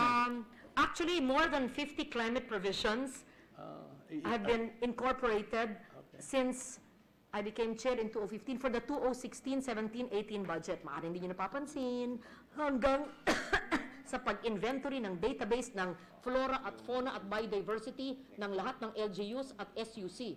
Yan ay mandated. Hindi nga sinusunod, sayang, pero kung sundin. Ito pong green infrastructure, nandyan na po yan. Kaya I'm glad na in-embrace na nila ito. At saka Ang intention natin to make this mandatory. So pagdating siguro ng DPWH budget, tatanungin namin, kaya ba? Oh. Kaya ba nila? Kasi napansin po namin yung shift eh. Did we really intend to the shift from a guiding principle, now it is incorporated in Section 26, paragraph C. So, do we want to make this mandatory? Because in the We have to DPWH budget, we will have to ask them. Importante po, hindi lang yung green. Kailangan po yung strict observance po ng building code. Okay. Na kaya po yung 8.5 magnitude ng earthquake, at kailangan po yung fire safety standards, at kailangan po, hindi ba nakita natin yung mga NHA video ni Senator JV, hindi ba? Yung mga bahay na bago pa mantirhan ng mga pulis at mga recipients ay gumuguho na. Hindi pwede yun. So whether it's big public infrastructure or homes of NHA, ay dapat maganda ang quality. Kaya nangyayari nga, pag gobyerno ang gumagawa, somehow, ang kalidad ay sira na bago pa man matirhan ng tao. So nakakagalit at sayang ang pera ng taong bayan po. So, yes, I think we should make it mandatory. Let's be very strict in our oversight capacity and strict implementation. Not just green, but also safety standards. So, let this be advance notice to the Yes. DPWH that when their time comes, we will ask on this provision, Section 26C, on how they intend In to short, comply. Yes. Kailangan po, when you say resilient infrastructure, that's a difficult to understand word. Ano ba ang ibig sabihin ng resilient infrastructure? Resilient development. Ibig sabihin po, yung mga elements po ng adaptation ay ingrained at mainstream dyan. Ano bang ibig sabihin? Hindi naman mahirap magtayo ng rainwater collection dahil makakatipid tayo sa pagtubig ng gulayan sa paaralan. So kung may rainwater collector sa bawat DepEd school, yung alulod ng bahay na tubig ay nasushoot sa rainwater collector, maglalagay ka lang ng gripo, mag-hose, maglagay ka ng timba, yun ang pangtubig mo sa gulay mo na tinatanim ng mga bata at mga guro kaysa galing sa gripo na magastos ang tubig. Simple lang po yan. Yan ay isa sa adaptation measures na kasama po sa resilient development. Let's say, ang kalsada, minsan gumagawa dati ang DA or DPWH, wala ba man ditches? Pwede bang kalsada, minamadali, na walang kanal? Eh, syempre, babaha. Di ba? So, mandatory an adaptation measure in DA, DAR, and DPWH are roadside ditches, right? And then, of course, EIA. Ang tagal na nito, bago pa tayo naging senador. Environment Impact Assessment. Saan ba tinatayo ang ating mga gusali? Sa paaba ng bundok? color purple yung paan ng bundok ayon sa ating mapa. Dahil yung color purple, hindi ba sa NAMRIA, ayun yung mga dangerous or vulnerable zones. Bakit magpipilit na magtayo ng gusali doon, ng DepEd school, kung delikado doon? So dapat ilihis yung barangay hall o yung eskwelahan sa hindi purple ang kulay ayon sa NAMRIA. In fact, by now, all LGUs and NGAs should have the 1:10 risk and vulnerability mapping. That's the reason why I suggested that the LDC, yan, Senator Lacson, the Peace and Order Council, Senator Lacson, and the DRR councils, akin yun, under NDREAM, Senator Gordon, ay mag-merge. Para pag nagplano ka, humihingi ka ng eskwelahan, maaring hihingi si local development dahil kailangan niya ng eskwelahan. Dapat pati yung DRR, alam. Eskwelahan nga, lalagay mo sa paan ng bundok, na malambot ang bundok, nakalbo na pala yung mga dahil illegal logging, pag ulan, guguho. Patay naman ang guro at mga Sa kailangan yung 3 council na yan, mula sa munisipyo hanggang sa barangay, nag-uusap at isa lang ang kanilang sinusumite na local development plan ayon sa Peace and Order. Kanya, maglalagay ka na ng kailangan ni LDC ng eskwelahan. Ilalagay mo sa mama sa pano kung saan nag-aaway-away palagi dyan. Sabi ng Peace and Order Council, hindi dapat. Hindi alam ni LDC dahil si Peace and Order Council, iba naman ang meeting at hindi nag-uusap. Hindi pwede. Kaya kailangan si Peace and Order at sa DRR, kausap si LDC at isa lang ang kanilang report na ibibigay sa MDC, sa PDC, sa RDC, at sa Central. At yun ang nagiging basihan ng ating President's budget. I'm just Yes, ma'am. belaboring the point. So we see adaptation strategies which should be part of this green infrastructure development. Okay, but let me point out that Section 26C, the burden is on the DPWH. So we will ask DPWH to consider climate data and risk assessment and green building standards. Nakasulat pa yun sa ating bill. Kaya nga, Sige ang po. dapat natin gawin, i-operationalize natin yan. Yeah, I'm assigning my staff now, and they should know that. Okay. I have 10 adaptation strategies. Make it more. I-spell out na natin. Dahil yung mga salitang adaptation, resilience, green building, these are buzzwords for the UN. But how do you implement it in the LDC? How do you actually know it, right? So we have to set examples. So we will put these adaptation strategies. What does green resilient development actually mean? So we will put that in Section 26. Ano ba ang ehemplo nito? Okay. Including but not limited to, blah, blah, blah. Ganun. Ay, nako. Ma'am, ito, Wala just ko sinasabi. mga last topics na po, 2 topics. We notice a change in Ano may adaptation po? nomenclature. From multi-year obligation authority, our bill now uses multi-year contractual authority.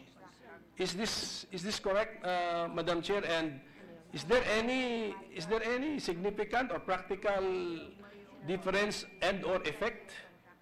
Multi-year obligation authority and multi-year contractual authority.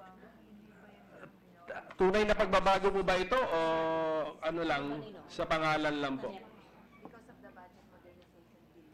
Sa inyo, sa DBM, sa NEP, iba yung pangalan. Yung Mayowa, tinawag na Mayoma. Maika.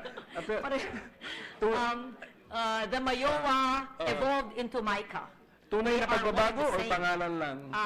Because of the budget modernization, the concept is the same, but why did you rename it?